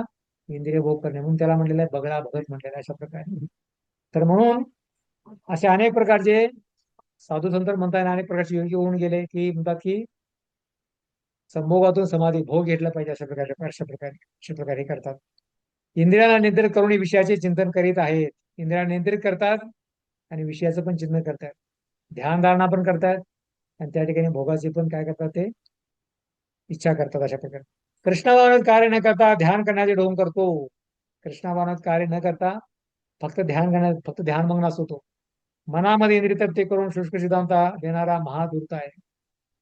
मनामध्ये मनामध्ये काय करतो? ध्यान करणे. एक आहे स्थूल इंद्रिय तृप्ती, खाणे पाहणे हे करणे, कार्य करणे, स्थूल इंद्रिय तृप्ती. दुसरी आहे सूक्ष्म इंद्रिय तृप्ती. तरी मनामध्ये इंद्रिय तृप्ती, जर तुम्ही प्रॅक्टिकली पण काही कार्य करत नाही आपण, पण मनामध्ये तुमचं की अरे मला हे केलं पाहिजे, केलं पाहिजे, तर अशा प्रकारे मनामध्ये पण ते एक प्रकारची इंद्रिय तृप्तीच आहे, अशा प्रकारे. म्हणजे सूक्ष्म इंद्रिय तृप्ती आहे. मग अशा प्रकारे हा व्यक्ती जो आहे ध्यानधारणा करतो, पण मनामध्ये विषयाचं चिंतन करतो. पण हा एक महाभूत आहे, अशा प्रकारे. उपाय काय आहे? वर्णाश्रमाचा एका वर्ण, वर्णाश्रमाचे कुठला वर्ण आहे? ब्राह्मण, क्षत्रिय, वैश्य, शूद्र हा वर्ण आहे. तर ब्राह्मण बना, क्षत्रिय बना, वैश्य बना किंवा शूद्र बना. तर कुठल्या तरी एका वर्णाचा आश्रम आहे किंवा आश्रम, ब्रह्मचारी पालन करा आणि आत्म्याला शुद्ध करा. आणि वर्ण आणि आश्रमाचा उद्देश काय आहे? वर्ण मया श्रेष्ठम गुण कर्म विभाग, अशा वर्णाश्रमाचा उद्देश आहे भगवंताची भक्ती करणे. ते 4 वर्ण आणि आश्रम भगवंताने बनवलेले आहेत. तर फक्त मेहनत करायची आहे, पैसा कमवायचा आहे आणि खाऊन पिऊन मोजा मोजा करायसाठी बनवलेले नाहीत. तर भगवंताची भक्ती करण्यासाठी वर्णाश्रमाचं भगवंतानी निर्माण केलेले आहे, म्हणून त्याला आश्रम म्हटलेलं आहे.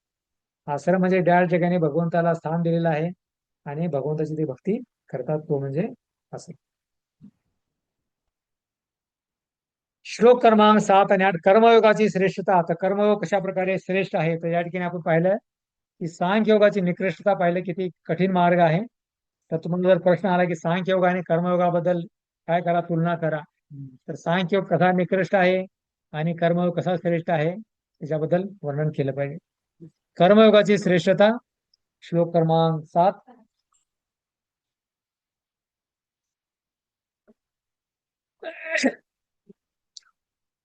मन व इंद्रिय निग्रह. यस्वेंद्रियानि मनसा नियम्यारभते अर्जुना इंद्रिय कर्मयोगा आसक्ता सा विशिष्टते.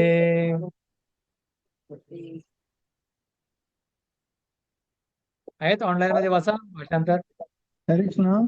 या उलट जर एखादा प्रामाणिक मनुष्य मनाद्वारे इंद्रियाचा संयमित करण्याचा प्रयत्न करीत असेल आणि आसक्ती न ठेवता कर्मयोगाचा प्रारंभ करीत असेल तर तो अधिक श्रेष्ठ आहे. धन्यवाद प्रभू. तर या ठिकाणी कर्मयोगाची श्रेष्ठता, कर्मयोग किती श्रेष्ठ मार्ग आहे ह्याच्याबद्दल सांगितलेलं आहे की मन आणि इंद्रिय निग्रह करतो. ते मिथ्याचारी स्वैर मैथुर जीवन इंद्रिय सुख हा मिथ्याचारी आहे. पण भक्त मिथ्याचारीची परिभाषा आहे, कुठल्या प्रकारच्या नियमाचं पालन करत नाही, तो इंद्रिय सुखाच्या पाठीमागे लागलेला असतो. आणि या ठिकाणी भक्त जो आहे काय करतोय? आसक्ती विरहित कृष्ण भावनेत इंद्रिय निग्रहाचा प्रयत्न चांगला आहे. कुठल्या प्रकारची आसक्ती नाही, त्याची एकच आसक्ती असते की भगवंताचं नाम रूप गुणल्याबद्दल तो आसक्त असतो. भगवंताचं जास्तीत नाम कसं घेऊ, भगवंताची गीता कसं जास्त वाचू, भक्ताचा संग कसं घेऊ, भगवंताचा प्रसाद कसा खाऊ, भगवंताचं दर्शन किती घेऊ, याच्याबद्दल जे कृष्णभावने संबंधित आहे त्यावेळी तो आसक्त असतो. भौतिक गोष्टीविषयी तो आसक्त नसतो. नियत कर्म करे जीवन लक्ष्य प्राप्तीसाठी बंधनमुक्त होऊन धामा जातो. तर रोज आपलं ब्राह्मण क्षत्रिय वैश्य आपल्या कर्मानुसार कर्म करत असतो आणि जीवन लक्ष्य प्राप्तीसाठी बंधनातून मुक्त होतो आणि भगवंताच्या धामाला जातो. 16 माळा जप करतो, 4 नियमाचं पालन करतो, गुरुच्या आदेशाचं पालन करतो आणि भक्ती करून शेवटी बंधनातून मुक्त होतो संपूर्ण. सत्वगुण, रजोगुण, तमोगुण या बंधनातून आणि अशा प्रकारे शेवटी भगवंताच्या धामाला जातो. पण मिथ्याचारी संपूर्ण पतन होतं.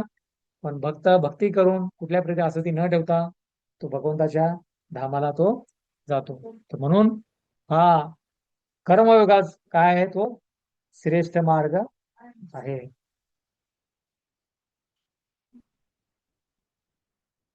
वर्णाश्रम सदाचारी बनायला मदत करून सर्वांना भगवत प्राप्ती करवतील. वर्णाश्रम 4 वर्ण आणि 4 आश्रम काय करतात, सदाचारी बनवतात व्यक्तीला, चांगला मार्ग, चांगला आदर्श व्यक्ती बनवतात. आदर्श व्यक्ती बनायला मदत करतात आणि सर्वांना भक्ती प्राप्त करवतील. निष्कर्ष, भोंदू ध्यानेपेक्षा प्रामाणिक झाडूवाला श्रेष्ठ आहे.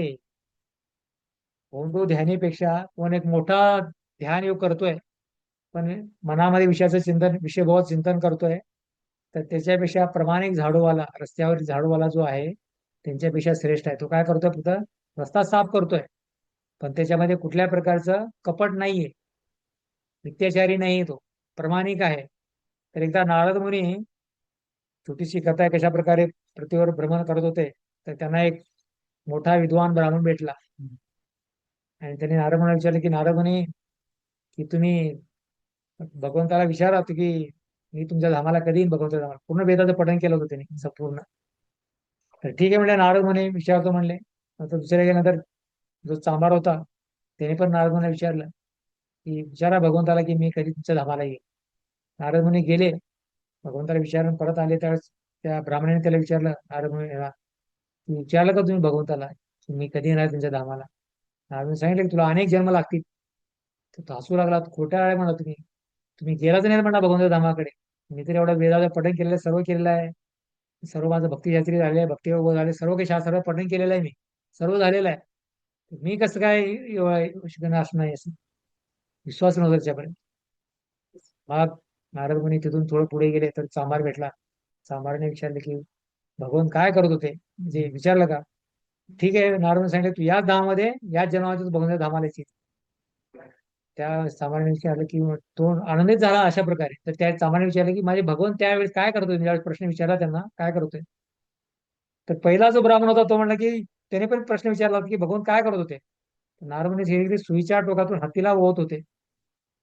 तर आशकच म्हणला तुम्ही, खोटारडा आहे. पण तोच चांभार म्हणला की चांभाराने पण विचारलं तर नारद मुनी सांगितलं की सुईच्या टोकातून हत्तीला हे करत होते. तर तो आनंदाने नाचू लागला. तर नारद मुनी म्हणले की अरे हे कसं काय शिकतो, यावर विश्वास ठेवतोस, सुईच्या टोकातून कधी हाती जातो का. तर म्हणतो की त्या चांभाराने सांगितलं की मी या झाडाखाली बसलेला आहे, ते मोठं उंबराचं वडाचं झाड आहे, त्याच्यावर किती आहे फळं, हजारो हजारो फळं आहेत आणि त्या हजारो फळामध्ये हजारो छोटे छोटे बी आहेत आणि त्या एका एका बियामध्ये एवढं मोठं झाड तयार आहे. तर एका छोट्याशा बियापासून एवढं मोठं झाड तयार होऊ शकतं. तर भगवंताला सुईच्या टोकाच्या ह्याच्या मधून छिद्रातून हत्तीला घालण्यासाठी काही कठीण नाही बांधवताला. तर ही आहे श्रद्धा. जेवढी श्रद्धा असेल तर भगवंताच्या धामाला जाऊ शकतो. म्हणून या ठिकाणी म्हणलेलं आहे की भोंदू ध्यानीपेक्षा प्रामाणिक झाडोबाला श्रेष्ठ. वेदाचं पठण केलेलं आहे पण भगवंतावर विश्वास नाही. याचा झाडोबाला पूर्णपणे विश्वास आहे, भगवंत आहेत, त्यांची भक्ती केली पाहिजे आणि त्यांच्या कृपेनुसार सर्व काही चाललेलं आहे. श्लोक क्रमांक 8.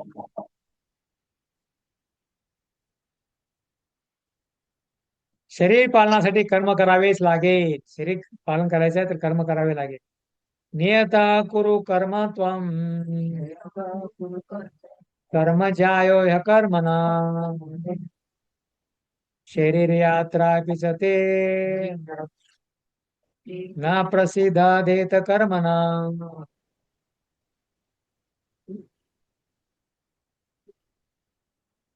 हरे कृष्णा, तू तू आपले नियत कर्म कर, कारण नियत कर्म करणे हे कर्म न करण्यापेक्षा श्रेष्ठ आहे.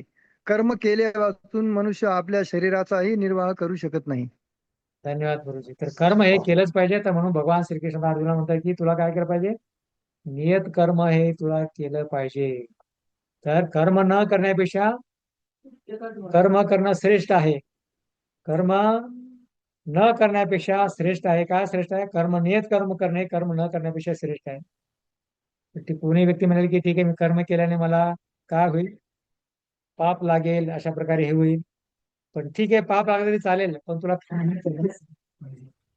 मिथ्याचारी आहे, उच्च कुळातील चुकीचे प्रतिनिधी आहेत. मिथ्याचारी उच्च कुळातील चुकीचे प्रतिनिधी, उच्च कुळात चांगल्या कुळात जन्म झालेला आहे आणि चुकीचे प्रतिनिधी आध्यात्मिक जीवनात सर्व स्वतः त्याग केल्याचा देखावा करतात. परत मिथ्याचारीचं वर्णन केलेलं आहे की मिथ्याचारी लोक ते कधी कर्म करत नाहीत, ते एका ठिकाणी बसतात, फक्त ध्यानधारणा करतात, म्हणून याला मिथ्याचारी म्हटलेलं आहे. जीवनात सर्व स्वतः त्याग केल्याचा देखावा करतात, फक्त दाखवतात, म्हणून त्याला धार्मिकता म्हटलेलं आहे. फक्त भगवे कपडे घालतील, दाढ्या वाढवतील, केस वाढवतील, म्हणजे हजारो शिष्य असतील, फक्त ते देखावा करतात, म्हणून त्याला मिथ्याचारी म्हटलेलं आहे. तर श्रीकृष्णाचे काय मत आहे? श्रीकृष्ण म्हणतात अर्जुनाने मिथ्याचारी व्हायची त्यांची इच्छा नव्हती. तर अर्जुन मिथ्याचारी का होण्याची इच्छा होती? तो अर्जुन म्हणत होता की मी आता युद्ध करणार नाही, मी काय करेन, रणांगण सोडून जाईन मी आणि कुठेतरी ध्यानधारणा करेन. तर म्हणून आता भगवान श्रीकृष्ण म्हणतात की तू मिथ्याचारी व्हायची श्रीकृष्णाची इच्छा नव्हती, निष्क्रिय राहून एका ठिकाणी राहू भक्तांनी, असं भगवंताची इच्छा नसते. तर भक्तांनी भगवंताची भक्ती केली पाहिजे, सक्रिय राहिलं पाहिजे, ज्या कुठल्या वर्णाश्रमामध्ये ते कर्तव्य त्यांनी पालन केलं पाहिजे. म्हणून क्षत्रिय गरज असल्यामुळे कर्तव्य पालन करावे. अर्जुनाकडे दोन प्रकारचे गुण आहेत. एक कोण आहे? क्षत्रिय आहे, प्रजेचं रक्षण केलं पाहिजे. दुसरा आहे ग्रस्त आहे, परिवार चालवलं पाहिजे त्यांनी. म्हणून कोण ग्रस्त म्हणला की मी काय करणार, कुठल्या प्रकारचं नोकरी करणार नाही, व्यवसाय करणार नाही, तर घर कसं चालणार, तो ग्रस्त कसला अशा प्रकारे, तो मग मिथ्याचारी होऊ शकतो अशा प्रकारे. पण क्षत्रिय गरज असल्यामुळे त्याला कर्तव्य पालन करावे लागेलच. तर म्हणून उदरनिर्वाहासाठी संन्यास घेऊ नये. उदरनिर्वाहासाठी संन्यास घेऊ नये. संन्यास घेऊन काय करतात लोक? मधुकरी करतात, भिक्षा मागतात, कष्ट करत नाहीत. तर त्यासाठी संन्यास घेतला नाही पाहिजे. पोट भरण्यासाठी संन्यास नाही घेतला पाहिजे. पण चैतन्य महाप्रभूने संन्यास घेतला होता.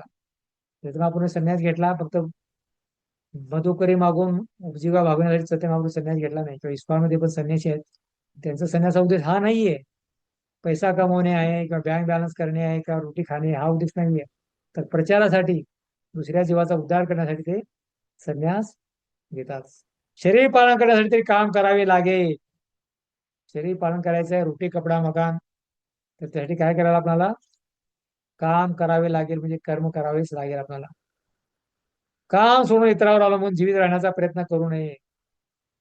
काम सोडून, म्हणजे कार्य करणं सोडून इतरावर अवलंबून ते माझं पालन करतील, प्रयत्न करू नये. म्हणून भौतिक वासनेतून शुद्ध झाल्याशिवाय संन्यासी बनू नये. श्रीकृष्णाचे एवढे मत आहे की भौतिक वासना जी आहे, काम वासना आहे, काम क्रोध लोभ मत्सर्यापासून शुद्ध झाल्याशिवाय त्याने संन्यासी बनू नये. म्हणजे बाहेर एकांतामध्ये जाऊन मिथ्याचारी किंवा ध्यानधारणा त्यांनी करू नये. तर म्हणून कृष्ण भावना हा शुद्धीचा मार्ग आहे. कृष्ण भावनेच्या जीवनामध्ये आचरण केलं पाहिजे आणि त्याच्यानंतर तुम्ही भक्त बनून नंतर तुम्ही संन्यास घेऊ शकता. म्हणजे इस्कॉनमध्ये जे संन्यासी आहेत ते काय करतात? संपूर्ण शुद्धीकरणाचा मार्ग, पण विद्यार्थी वर्गापासून दीक्षा, पहिली दीक्षा, दुसरी दीक्षा सर्व आचरण करून नंतर शेवटी संन्यास होतात. असे नाही कधी तुम्ही आला आणि लगेच त्याला संन्यास दिला जात नाही. तर म्हणून हे श्रीकृष्णाचं हे मत आहे. तर 9 ते 16 श्लोकामध्ये कर्मकांडातून कर्म कर्म कर्म कसे शुद्ध करते. कर्मकांड, ज्ञानकांड, केवल विषयार भांड. म्हणजे कर्मकांड, ज्ञानकांड काय आहे? केवळ एक विषयाचं पात्राप्रमाणे आहे. उद्देश काय हे माहित नाही, पण ठीक आहे, उद्देश माहित नाही तरी पण कर्म करत राहा आणि हळूहळू तुम्ही कर्मयोगामध्ये त्याचं स्थलांतर होईल आणि अशा प्रकारे तुम्ही शुद्ध व्हाल. काही न करण्यापेक्षा काहीतरी करा. म्हणून भगवान श्रीकृष्ण दुसऱ्या अध्यायामध्ये सांगतात की तू काहीतरी कर, थोडं तरी काहीतरी कर, काहीतरी तुला प्राप्त होईल अशा प्रकारे. तर त्या प्रकारे सकाम कर्म तरी कर, हळूहळू निष्काम कर्माची तुला प्राप्ती होऊन जाईल. कर्म काढतो कर्मयोग कसे शुद्ध करते. ते 9 ते 16 ह्या श्लोकाबद्दल आता पुढे वर्णन आहे की फार प्रसिद्ध श्लोक आहे गीतेमधील. यज्ञार्थात कर्मो नेत्र ज्ञाच्या कर्म लोक कर्म बंधन तदर्थ कर्म कोणतेय मुक्त संग समाचर.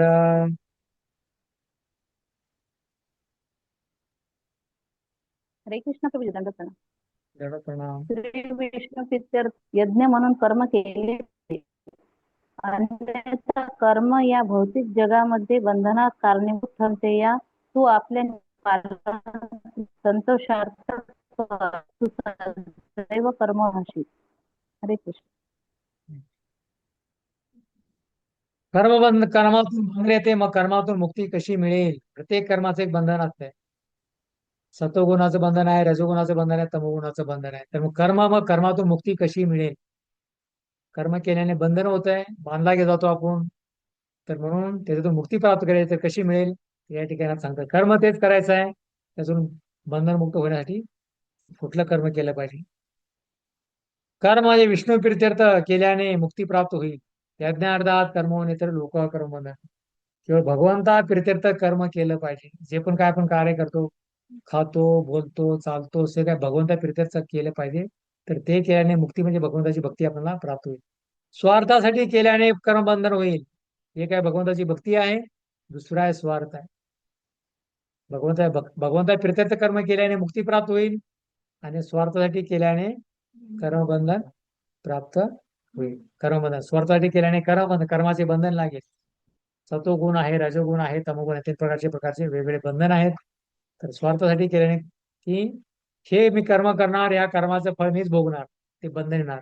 पण मी कर्म करणार, जसं नोकरी करणार, पैसा कमवणार आणि त्या पैशाने भगवंतासाठी मंदिर बांधणार, भगवंताचे कपडे आणणार, भगवंताचे भोग बनवणार, भगवंताचा शृंगार करणार, पूर्ण जे काही भगवंताचा प्रचार करणार. अशा प्रकारे तर जे संपूर्ण घर आहे भगवंताचं मंदिर बनवणार, त्याच्यामध्ये कुठल्या प्रकारचं बंधन नाही. पण म्हणलं की मीच सर्व काही आहे, अहम भोगी सिद्ध अहम बलवान सुखी, सर्व काही मीच केलेलं आहे, मीच आनंद घेणार, मीच भोगी आहे, तर त्याने कर्मबंधन येईल. विष्णू प्रीत्यर्थ विष्णू कर्म यज्ञ आहे. विष्णूच्या प्रीत्यर्थ कर्म केलेला यज्ञ म्हणलेला आहे. यज्ञ विष्णूच्या प्रसन्नतेसाठी असतो. यज्ञ एक भगवंताचं नाव आहे. यज्ञ पुरुष विष्णूच्या प्रसन्नतेसाठी केला जातो. त्याचप्रमाणे भक्ती देखील विष्णूच्या प्रसन्नतेसाठी असते. म्हणून विष्णू पुराणामध्ये 3:8:8 मध्ये वर्णन आहे. वर्णाश्रमाचे आचरण करून विष्णू आराधनासाठी आहे. त्यामध्ये हा श्लोक आहे की वर्णाश्रमाचार होता पुरुषाने पुमान विष्णू आराधते. विष्णू पुराण 3:8 मध्ये श्लोक आहे की वर्णाश्रमाचे ध्येय काय आहे? श्री विष्णूला संतुष्ट करणे. श्री विष्णूला संतुष्ट करणे म्हणून मनुष्याने श्रीकृष्णाला विष्णूला संतुष्ट करण्यासाठी कृष्ण भावाने कर्म करणे आवश्यक आहे. अशा प्रकारचे कर्म करणारा मुक्त असतो. कर्म करण्याची हीच महान कला आहे. परंतु आरंभी या मार्गामध्ये अत्यंत निपुण मार्गदर्शन आवश्यक असते. म्हणून भगवान श्रीकृष्णाच्या भक्ताच्या निपुण मार्गदर्शनाखाली किंवा भगवान श्रीकृष्णाच्या प्रत्यक्ष आदेशानुसार त्यांच्या माणसाने अर्जुनाला कर्म करण्याची संधी मिळाली. म्हणून मनुष्याने परिश्रमपूर्वक दक्षतेने कर्म केले पाहिजे. इंद्रियासाठी काही न करता सर्व काही केवळ श्रीकृष्णाच्या स्तुतीसाठी केले पाहिजे. तसे आचरण मनुष्याने केवळ कर्म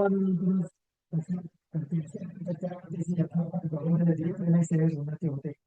अशा सेवेमुळे भगवद्धामाची प्राप्ती होऊ शकते. वर्णाश्रमाचा उद्देश आहे केवळ भगवंताच्या विष्णूच्या प्रसन्नेसाठीच कार्य करणे. भगवंताला काय प्रसन्न आहे? 4 नियमाचं पालन करणे भगवंताला प्रसन्न आहे. 16 मला जप आहे, शास्त्राचा अध्ययन आहे, भक्ताची सेवा हे प्रसन्न आहे. याच्या विरुद्ध जे काय कार्य कराल ते भगवंताला प्रसन्न नाही. म्हणून भक्त जो आहे भक्ती भगवंताच्या प्रसन्नासाठी आहे आणि वर्णाश्रमाचा उद्देश तर भगवंताच्या आराधनेसाठीच आहे किंवा भक्तीसाठी. म्हणून मनुष्य भगवंताने जे जन्म दिला आहे मनुष्य जन्म, प्रत्येक मनुष्य कुठल्या तरी आश्रमामध्ये आहे. ब्राह्मण, क्षत्रिय, वैश्य, शूद्र, ब्रह्मचारी, ग्रस्त, वानप्रस्थ, संन्यास आहे. तर प्रत्येकाचा उद्देश आहे भगवंताची भक्ती करणे. तर कर्म आहे कुशलतेने केलं पाहिजे, निपुणतेने केलं पाहिजे. म्हणून नजर हाटी दुर्घटना घटी म्हणतात. कुठे जर कर्म चांगल्या प्रकारे निपुणतेने केलं पाहिजे. काही लोक म्हणतात अरे आम्ही असं कर्म केलं, जीवजंतू मरतील, किटाणू जातील, अशा प्रकारे पाप होईल, आम्ही काय करू मग कर्मच करायचं बंद करू. ते पण चुकीचा मार्ग आहे. कर्म केलं पाहिजे पण कुशलतेने केलं पाहिजे. म्हणून प्रभुपाद म्हणतात की यांचं कृष्ण भक्त जे असतात का ज्या जेंटलमॅन असतात त्यांना कसं कर्म केलं पाहिजे, काय केलं पाहिजे सर्व माहित असतं. अशा प्रकारे कुशलतेने करायचे, निपुण, त्यासाठी निपुण मार्गदर्शन केल्याने कर्म मुक्ती होईल. निपुण मार्गदर्शन कुणाचं? गुरुच्या आदेशानुसार काय केलं पाहिजे? कर्म केलं पाहिजे. गुरु साधू शास्त्राच्या आदेशानुसार कर्म केलं पाहिजे. त्याच्यामध्ये वर्णन आहे. शास्त्र आहे, गुरु आहेत आणि साधू आहेत, त्याच्या निपुण मार्गदर्शनाखाली आपल्याला कर्म हे केलं पाहिजे. त्यानुसार मग कर्मफळातून आपल्याला मुक्ती होईल आणि धामाची प्राप्ती होईल. कर्मबंधन आपल्याला लागणार नाही.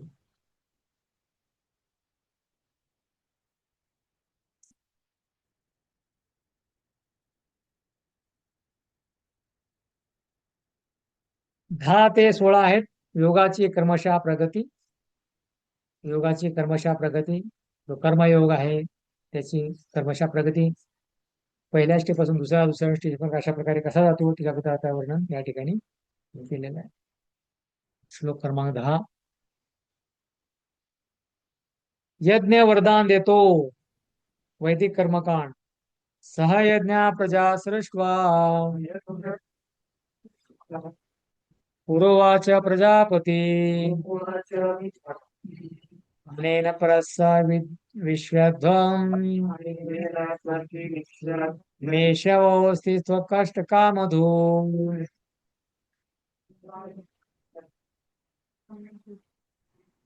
सृष्टीच्या आरंभी प्रजापतीने श्री विष्णू प्रित्यर्थ यज्ञासहित मनुष्य आणि देवतांना निर्माण केले आणि त्यांना वरदान देऊन म्हणाले की तुम्ही या यज्ञापासून सुखी व्हा, कारण यज्ञ केल्याने सुखी राहण्यासाठी आणि मोक्ष प्राप्ती करण्यासाठी आवश्यक त्या सर्व गोष्टी तुम्हाला सहजपणे प्राप्त होतील. धन्यवाद गुरुजी. तर सृष्टीच्या आरंभी प्रजापतीनी सर्व प्राण्याचे प्रजापती कोण आहेत? ब्रह्माजी, प्रजाचे पती आहे संपूर्ण. त्यांचा जन्म गर्भोदय विष्णूसून झालेला आहे आणि त्यांनी सर्व प्राण्याची रचना करून त्यांना यज्ञ करून इच्छित वर मिळवण्यास सांगितले. तुम्ही काय करा, जन्म दिल्यानंतर पिता पुत्राला जन्म देतो त्यानंतर त्या भगवंताच्या भक्तीमध्ये लागतो. तर त्याच प्रकारे ब्रह्माजीने पण सर्व जीवांना काय केलं, त्यांना इच्छित वर मिळवण्यासाठी भगवंताची भक्ती करण्यासाठी त्यांनी प्रदान केले, यज्ञ करून इच्छित वर मिळवण्यास सांगितले. भौतिक जग श्रीकृष्णाला विसरलेल्या जीवात्म्याला पुन्हा धामा जाण्यास संधी देते. भौतिक जग भगवंताने बनवलेलं आहे. कशासाठी बनवलेलं आहे? जे भगवंताला जो लोक विसरलेले आहेत त्यांना स्मरण देऊन जीवात्म्याला पुन्हा भगवंताच्या धामाला जाण्यासाठी भगवंताने भौतिक जग बनवले आहे. पण बरेच लोक म्हणतात, अरे भगवंता तुम्ही दुनिया कशाला बनवली आहे? या ठिकाणी दुःख आहे या ठिकाणी.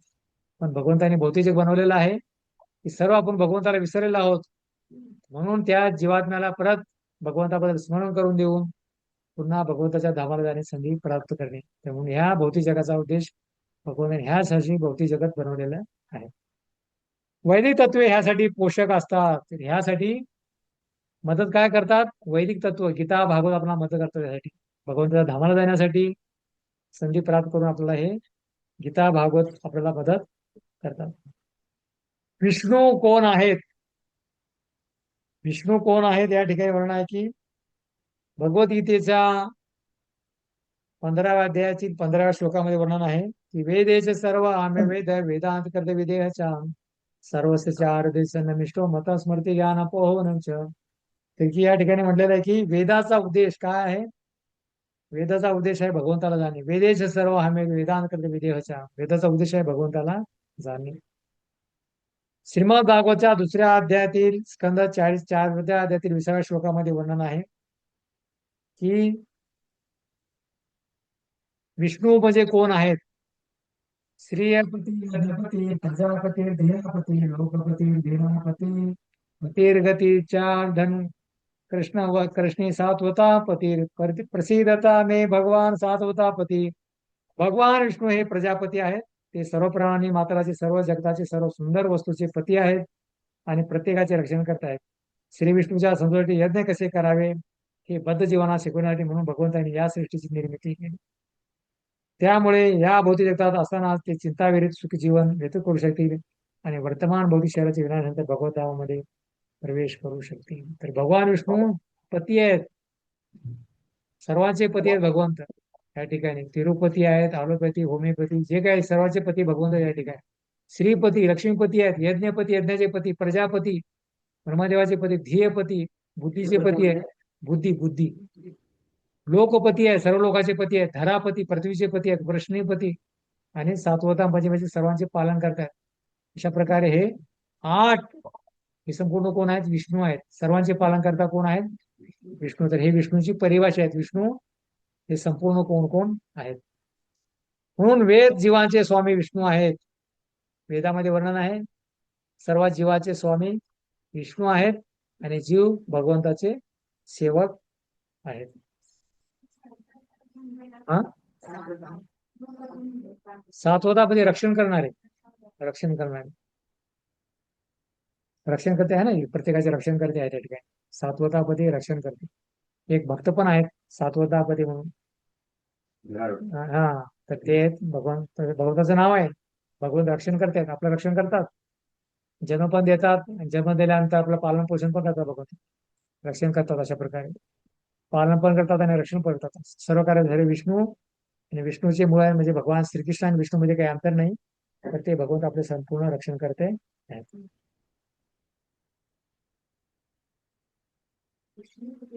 हा, वृष्णीपती म्हणजे वृष्णी जे आहेत ना, द्वारकावासी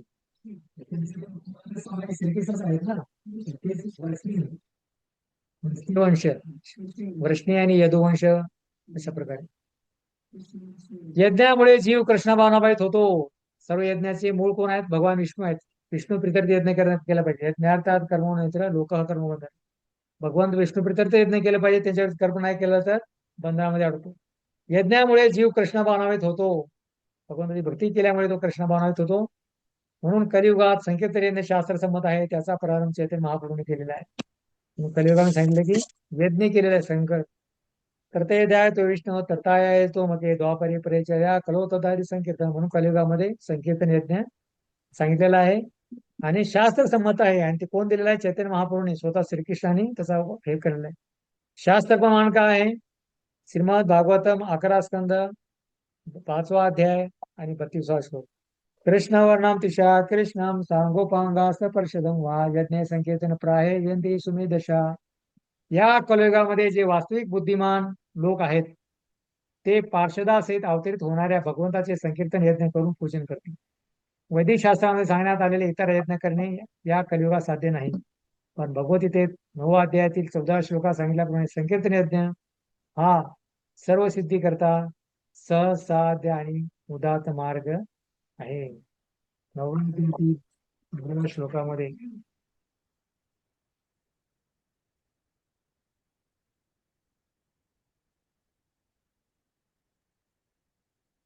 हा, सतताम कीर्तयंतो मा येताचे दृढ होता नमस्तचे महाभक्ता नित्य उपास होतो. तर 9व्या अध्यायामध्ये भगवान श्रीकृष्ण सांगतात की तू काय कर, महात्मे जर सतत माझे कीर्तन करीत दृढण्याचे प्रयत्न करीत असतात आणि मला वंदन करीत भक्तिभावाने माझी नित्य उपासना करतात. तर म्हणून संकीर्तन हे जे आहे कलियुगामध्ये शास्त्र प्रमाण दिलेलं आहे. संकीर्तन यज्ञ संकीर्तन हे कलियुगामध्ये केलं पाहिजे. तर हे 2 शास्त्र प्रमाण आहे. श्रीमद भागवत 11:5 त्रिकोण कृष्ण तिसरा कृष्ण आणि भगवद्गीता 9वा अध्याय 14वा श्लोक सततम कीर्तयंतो मा. अशा प्रकारे म्हणून स्वतः भगवत पण म्हणतात की कलियुगामध्ये संकीर्तन हे केलं पाहिजे, 24 तास केलं पाहिजे संकीर्तन. आणि श्रीमद भागवत मध्ये पण सांगितलं की यज्ञ संकीर्तन आहे. म्हणून बुद्धिशाली लोक आहेत काय करतील? चैतन्य महापुरुषाच्या संकीर्तनामध्ये सहभागी घेतील. म्हणजे बुद्धिशाली नाही ते सहभागी होणार नाही. श्लोक क्रमांक 11 ते 14. यज्ञामुळे इच्छापूर्ती होते. यज्ञ केल्यामुळे इच्छापूर्ती होते. श्लोक क्रमांक 11. यज्ञामुळे समृद्धी होईल, धनप्राप्ती होईल, विकास होईल त्याच्यामध्ये. देवान भाव्यतानेन ते देवा भावयन्तु वा परस्पर भावयन्त श्रेय परमवाप्स्यत.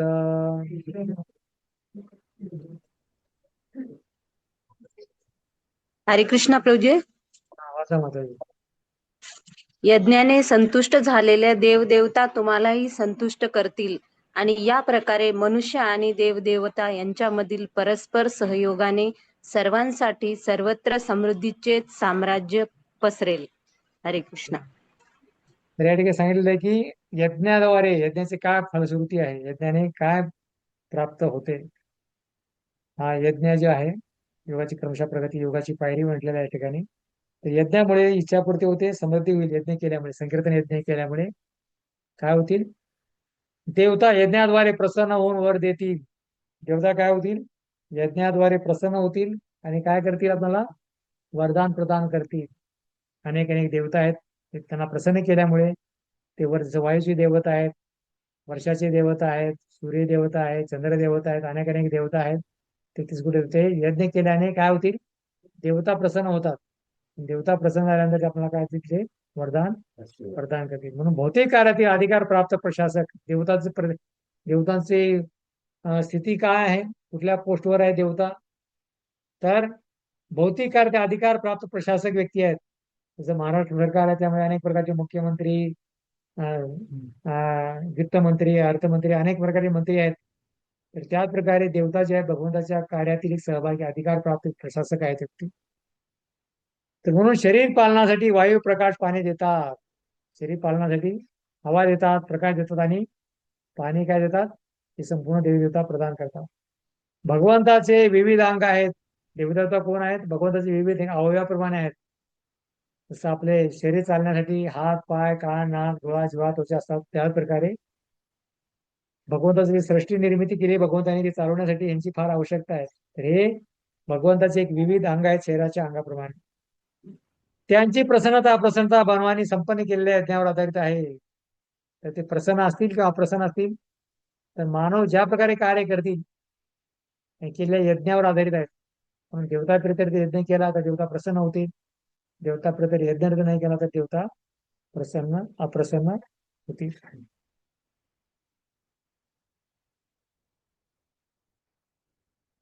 म्हणून सर्व यज्ञात विष्णू आराधना होते. अनेक अनेक यज्ञ आहेत.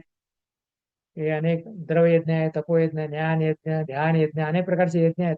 तर सर्व यज्ञामध्ये विष्णू आराधना होते. विष्णू आराधना विष्णूची आराधना केल्यामुळे सर्व देवदेवता काय होतात? प्रसन्न. आणि देवदेवता पण भगवंताची आराधना करतात.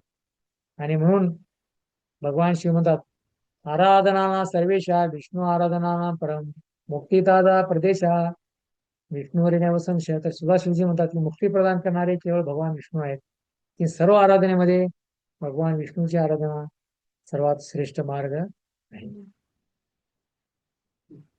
त्याद्वारे देवता प्रसन्न होतात. जसं झाडाच्या मुळाला पाणी घातलं तर संपूर्ण झाड सुखरूप होतं, त्याच प्रकारे हे भगवंताची भक्ती केल्याने सर्व देवता प्रसन्न होतात.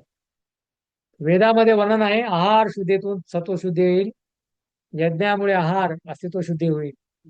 आहार शुद्धी सत्व शुद्धी. तर हा पुढे श्लोक आहे याच्यामध्ये. अशा प्रकारे सत्व शुद्धी, जसं अन्न तसं मन. म्हणून भगवंताला भक्त जे आहेत भगवंताला भोग दाखवून प्रसाद रूपाने खातात. त्याप्रमाणे आहार असल्या यज्ञामुळे, आहार खाल्ल्यामुळे सर्व शुद्धीकरण आपलं होतं. कोणी म्हणाल की मी काही खाऊ शुद्ध होऊ, शुद्ध होणार नाही आपण. म्हणून सत्वशुद्धीतून ध्रुवा शुद्धी, बुद्धी शुद्ध होते. आहार शुद्ध असेल अस्तित्व शुद्ध होतं, सत्वगुणामध्ये तो सत्वशुद्धी होते, त्यावेळेस ध्रुवा म्हणजे बुद्धी शुद्ध होते. आणि सत्वशुद्धीमुळे स्मृती शुद्धी होते. आपली स्मृती आहे ती शुद्धी होते. आणि स्मृतीला दे ग्रंथीना विप्र मोक्ष. आणि अशा प्रकारे तेव्हा मोक्ष कर्म मार्गाचा विचार होईल. तर हे संपूर्ण सुरुवात वेदामध्ये वर्णन आहे. आहारापासून सुरुवात होते.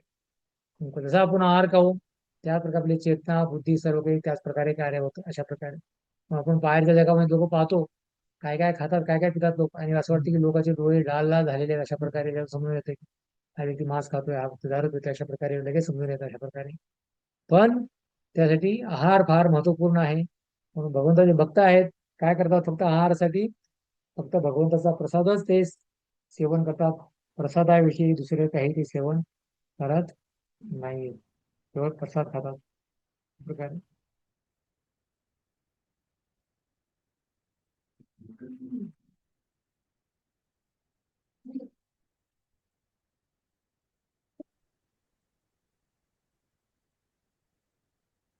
तर यज्ञामुळे समृद्धी मिळते. आणि अशा प्रकारे कलियुगात पण यज्ञ होत नाहीत म्हणून त्यांना ते फळ मिळत नाही. कलियुगामध्ये यज्ञ लोक करत नाहीत, संकीर्तन यज्ञ करत नाही, बाकीचे यज्ञ करतात, पण त्याला फळ मिळत नाही. म्हणून अनेक प्रकारची प्रगती म्हणतात, लोक प्रगती करतायत.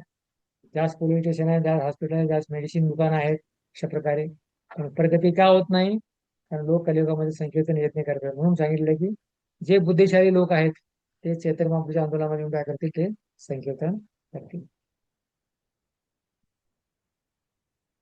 श्लोक क्रमांक 12, यज्ञ न करणारा चोर आहे.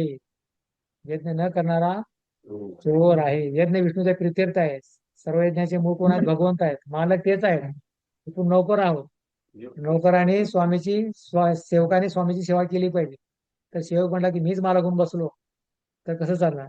तर म्हणून तो चोर होऊ शकतो. अशा प्रकारे यज्ञ न करणारा म्हणजे भगवंताची भक्ती न करणारा किंवा भगवंताला अर्पण न करणारा तो चोर आहे. इष्टान भोगान हि देवा नासन्ते यज्ञ भाविता ते दैत्यान् प्रदायभ्यो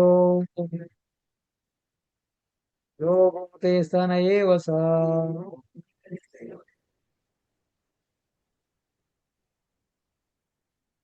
हरे कृष्ण.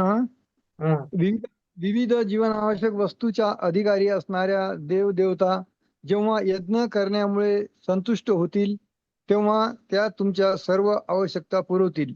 पण अशा वस्तू पुन्हा देवतांना अर्पण न करता त्यांचा भोग घेणारा मनुष्य निश्चितपणे चोरच आहे. धन्यवाद गुरुजी. तर सर्व काही संपत्ती भगवंताची आहे. लोक म्हणतात की सर्व सब भूमी गोपाल की म्हणतात, पण भगवंताला काही अर्पण करत नाही ते स्वतः खातात, मग ते चोर आहेत ना. तसं जे काही सर्व संपत्ती भगवंताची आपल्याकडे तन मन धन सर्व भगवंताचं आहे, तर भगवंताला अर्पण केलं पाहिजे, आणि ते म्हणजे भक्ती मार्ग आहे. तर ते आपण स्वतःच्या भोगासाठी जर वापरलं तर ते कोण आपण चोर आहोत.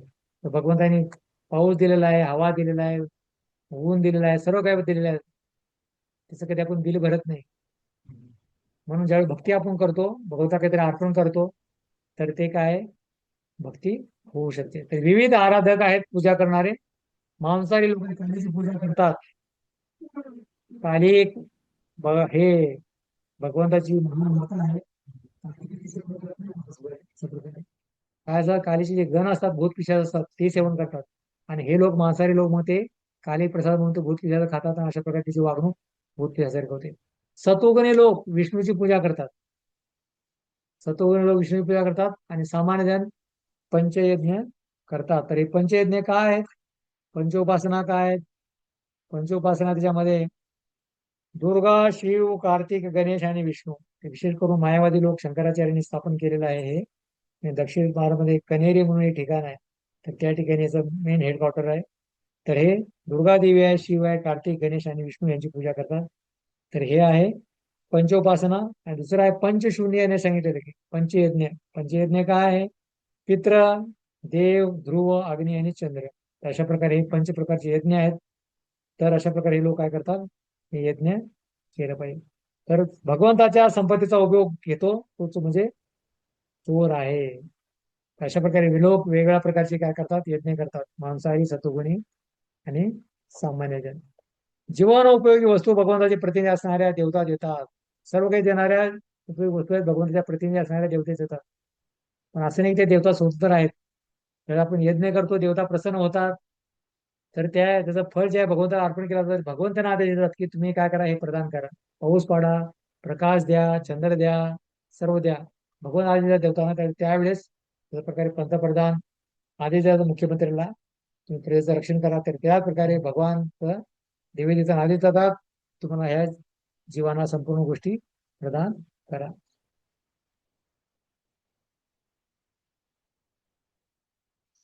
का देतात? उपयोग वस्तू भगवंताचे प्रतिनिधी असणाऱ्या देवता देतात. का देतात? त्याचा उपयोग करून आरोग्यवान होऊन आत्मसत्कार प्राप्त करण्यासाठी. सर्व काही प्रदान केलेलं आहे. तर त्याचा उपयोग करायचा आहे आरोग्यवान, चांगला सुदृढ शरीर बनवायचं आहे. आणि काय करायचं, आत्मसाक्षात्कार. आत्मसाक्षात्कार म्हणजे मी शरीर नसून आत्मा आहे, आणि आत्म्याचं कर्तव्य आहे भगवंताची भक्ती करणे. भक्ती करण्यासाठी, मदत करण्यासाठी ते देवी देवता सर्व प्रदान करतात. पण आपण त्याचा वापर भगवंताच्या भक्तीसाठी करत नाही, दुसऱ्या कार्यासाठी वापर करतात. अशा प्रकारे पापाच्या चक्रामध्ये आपण फिरत जातो. चोर काय करतात? तर भक्त चोर नाहीये. भक्त सर्व काही भगवंताला अर्पण करतो, म्हणून तो चोर नाही. सर्व संपत्ती भगवंताची. पण चोर काय करतात? भोगासाठी सर्व सुविधा घेऊन बंधनात अडकतात, सर्व काही प्राप्त करतात आणि स्वतः भोग घेण्याचा प्रयत्न करतात. ते किती चोर असतील? अनेक प्रकारचे चोर आहे त्याच्यामध्ये. सर्व समाज चोरानेच भरलेला आहे संपूर्ण. कुणीही भगवंताला अर्पण करत नाही. अशा प्रकारे स्वतःच भोग घेतात. अशा प्रकारे कारण की मीच कर्म करतोय, मीच करणार, सर्व काही मीच भोग घेणार. अशा प्रकारे आणि अशा प्रकारे सर्व सुविधा घेतात आणि बंधनामध्ये अडकतात. प्रकृतीद्वारे शिक्षा भोगून यज्ञ कसाय करावे जाणत नाही. भौतिक प्रकृती शिक्षा देते, आध्यात्मिक, आदिभौतिक, आदी 3 प्रकारचे ताप देते. जन्म, मृत्यू, जरा चक्रमण फिरावं एवढं. तरी पण ते यज्ञ कसा करावे हे जाणत नाहीत एवढं. म्हणून कृष्ण गीतेमध्ये सांगतात की दैवेशी गुणमयी मम माया दुरत्या मामे प्रपद्यन्ते माया मेता तरंती ते. तर माझी दैवी माया शक्ती फार दुस्तर आहे, कठीण मार्ग आहे तिला तरुण जाणे. तर तुम्ही जोपर्यंत मला शरणागती घेणार नाही, तर तुम्ही हे तिला तरुण जाणार नाही. तर अशा प्रकारे शिक्षा देते. कधी आध्यात्मिक आहे, आदिभौतिक आहे, आदिदेवी ताप येतात, कधी अति उष्णता आहे, कधी अति थंडी आहे, आधी पावसाळा आहे, आधी दुष्काळ आहे.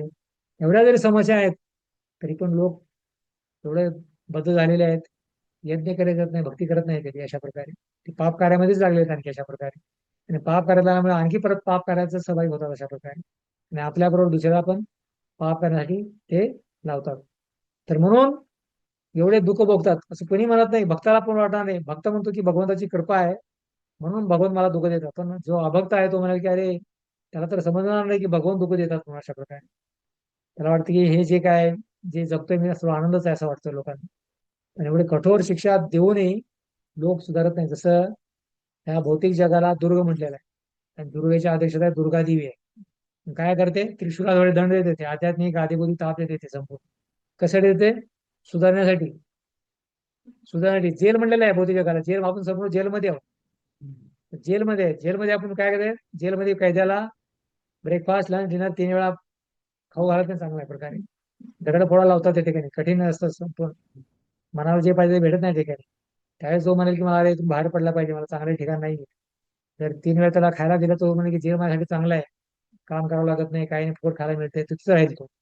त्याला दंड दिला जातो, तो बाहेर यायची प्रयत्न करतो. त्याच प्रकारे भौतिक जगामध्ये जीवाला दंड दिला जातं तर तो म्हणाल की मला अरे भौतिक तुम्हाला भक्ती करायचं आहे आणि बाहेर बघायचं धामाला जायचं आहे. पण तो कधी भक्ती करतच नाही. त्यामुळे तो चक्रामध्ये तो फिरत राहतो. म्हणून चैतन्य महाप्रभूंनी सरळ संकीर्तन यज्ञ सर्वांना सांगितलंय. हरे नाम हे केवलम कलो नास्तेव गतिरन्यथा. तर भक्तासाठीच आहे. तर सर्वांसाठी संकीर्तन यज्ञाची शिफारस चैतन्य महाप्रभूंनी केलेली आहे. आणि कलियुगामध्ये भगवत प्राप्तीचा सर्वात सोपा मार्ग संकीर्तन यज्ञ आहे. श्लोक क्रमांक 13. तर म्हणून भक्त जे आहेत भगवंताला अर्पण करून पापमुक्त होतात आणि बाकीचे जे आहेत अभक्त भगवंताला अर्पण न करता पापच ग्रहण करतात ते आणि आणखी बंधनामध्ये पडतात. आणि भक्त भगवंताला अर्पण करतात आणि पापमुक्त होतात. प्रसिद्ध श्लोक आहे याच्यामधला. यज्ञाशिष्टाशिना संतो मुंचन्ते सर्व किल्बिषे ते त्वग ते भुञ्जन्ते त्वगं पापान् ये पचन्ते आत्मकारणा.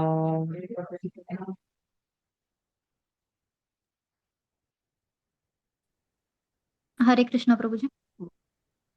भगवत प्रकारच्या पापातून मुक्त होतात कारण ते सर्वप्रथम्याला अर्पण केलेले अन्न ग्रहण करतात.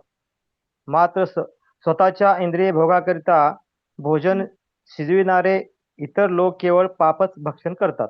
हरे कृष्ण. धन्यवाद गुरुजी. भक्तांना विनंती आहे जर कोणी एक जण बोलत असेल तर दुसऱ्याने बोलायला नाही पाहिजे. प्रत्येकाला संधी दिली पाहिजे वाचन करण्यासाठी श्लोकाचं भाषांतर. आणि वाचून झाल्यानंतर आपला माईक जो बंद ठेवायचा आहे. तर संत कोण आहे? तर संत कोण आहेत? महाराष्ट्रामध्ये अनेक संत होऊन गेले. तुकाराम महाराज संतांच्या अग्रवर्षी शिरोमणी आहेत. तर अनेक संत होऊन गेले. तर संत कोण आहेत? ब्रह्मसंहितेमध्ये वर्णन आहे. संताची व्याख्या सांगितली आहे. प्रेमांजन चुरित भक्ती विलोचने ना संत सदैव हृदय विलोकयंती हे श्याम सुंदर मचिंत गुण सर्प गोविंद महादि पुरुषं तमाम भजामी. तर ज्याच्या डोळ्यामध्ये प्रेमाचे अंजन लागलेलं आहे म्हणजे भक्ती आहे त्याच्या हृदयामध्ये, संत सदैव हृदय शिविर आणि हृदयामध्ये पण भगवंताची भक्ती आहे आणि डोळ्यामध्ये प्रेमाचं अंजन आहे. भगवंताचं रूप पाहून त्यांना फार आनंद होतो अशा प्रकारे. आणि काय करतात ते संत सदैव हृदय शिविलोक हे श्याम सुंदर मस्त गुण गोविंद महादेव पुरुषोत्तम.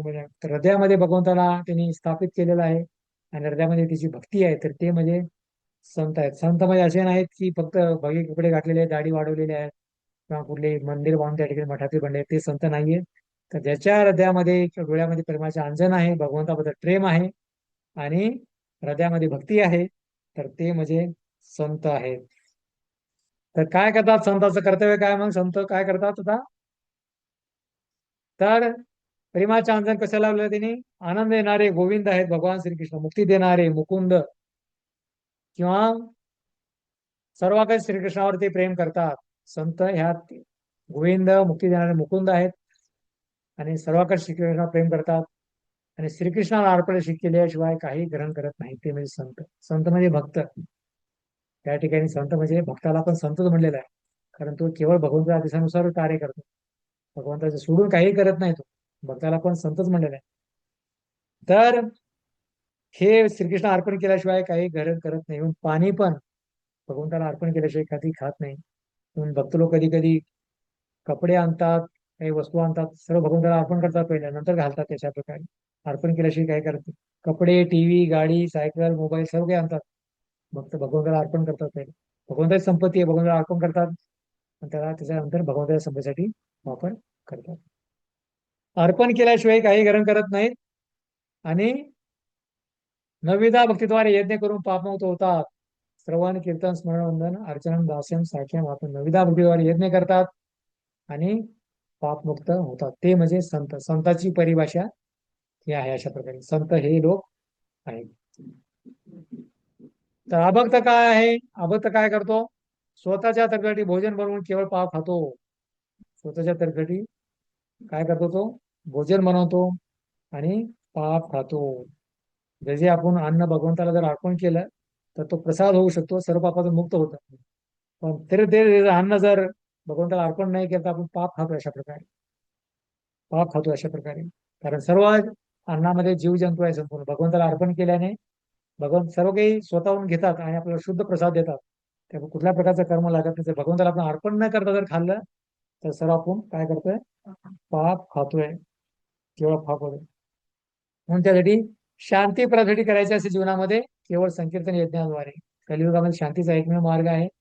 हरे कृष्णा कृष्णा कृष्णा हरे हरे, हरे राम राम राम हरे हरे. तर म्हणून हा भक्त पापामध्ये लोटला जातो आणि भक्त भगवंताला अर्पण करून तो पापमुक्त होतो. तर ही प्रसादाची महिमा आहे. तर आता पुढे आहे श्लोक क्रमांक 14. यज्ञ चक्र आहे पूर्ण. अन्न कसं प्राप्त होतं, अन्नावर कोण जगतं, काय काय करतं, संपूर्ण चक्र आहे. तर यज्ञाबद्दल संस्कृती तुमच्या आता 14व्या श्लोकामध्ये. यज्ञ आणि अन्न याचे चक्र पूर्ण वाढतं. अन्न कसा प्राप्त होतं आणि अन्नामुळे कोण जगतं आणि ते व्यक्ती काय करतो, हे संपूर्ण चक्र या ठिकाणी बघा. अन्नात भवती भूतानि पर्जन्यादन्न संभवा, यज्ञात भवती पर्जन्यो यज्ञ कर्म समुद्भव.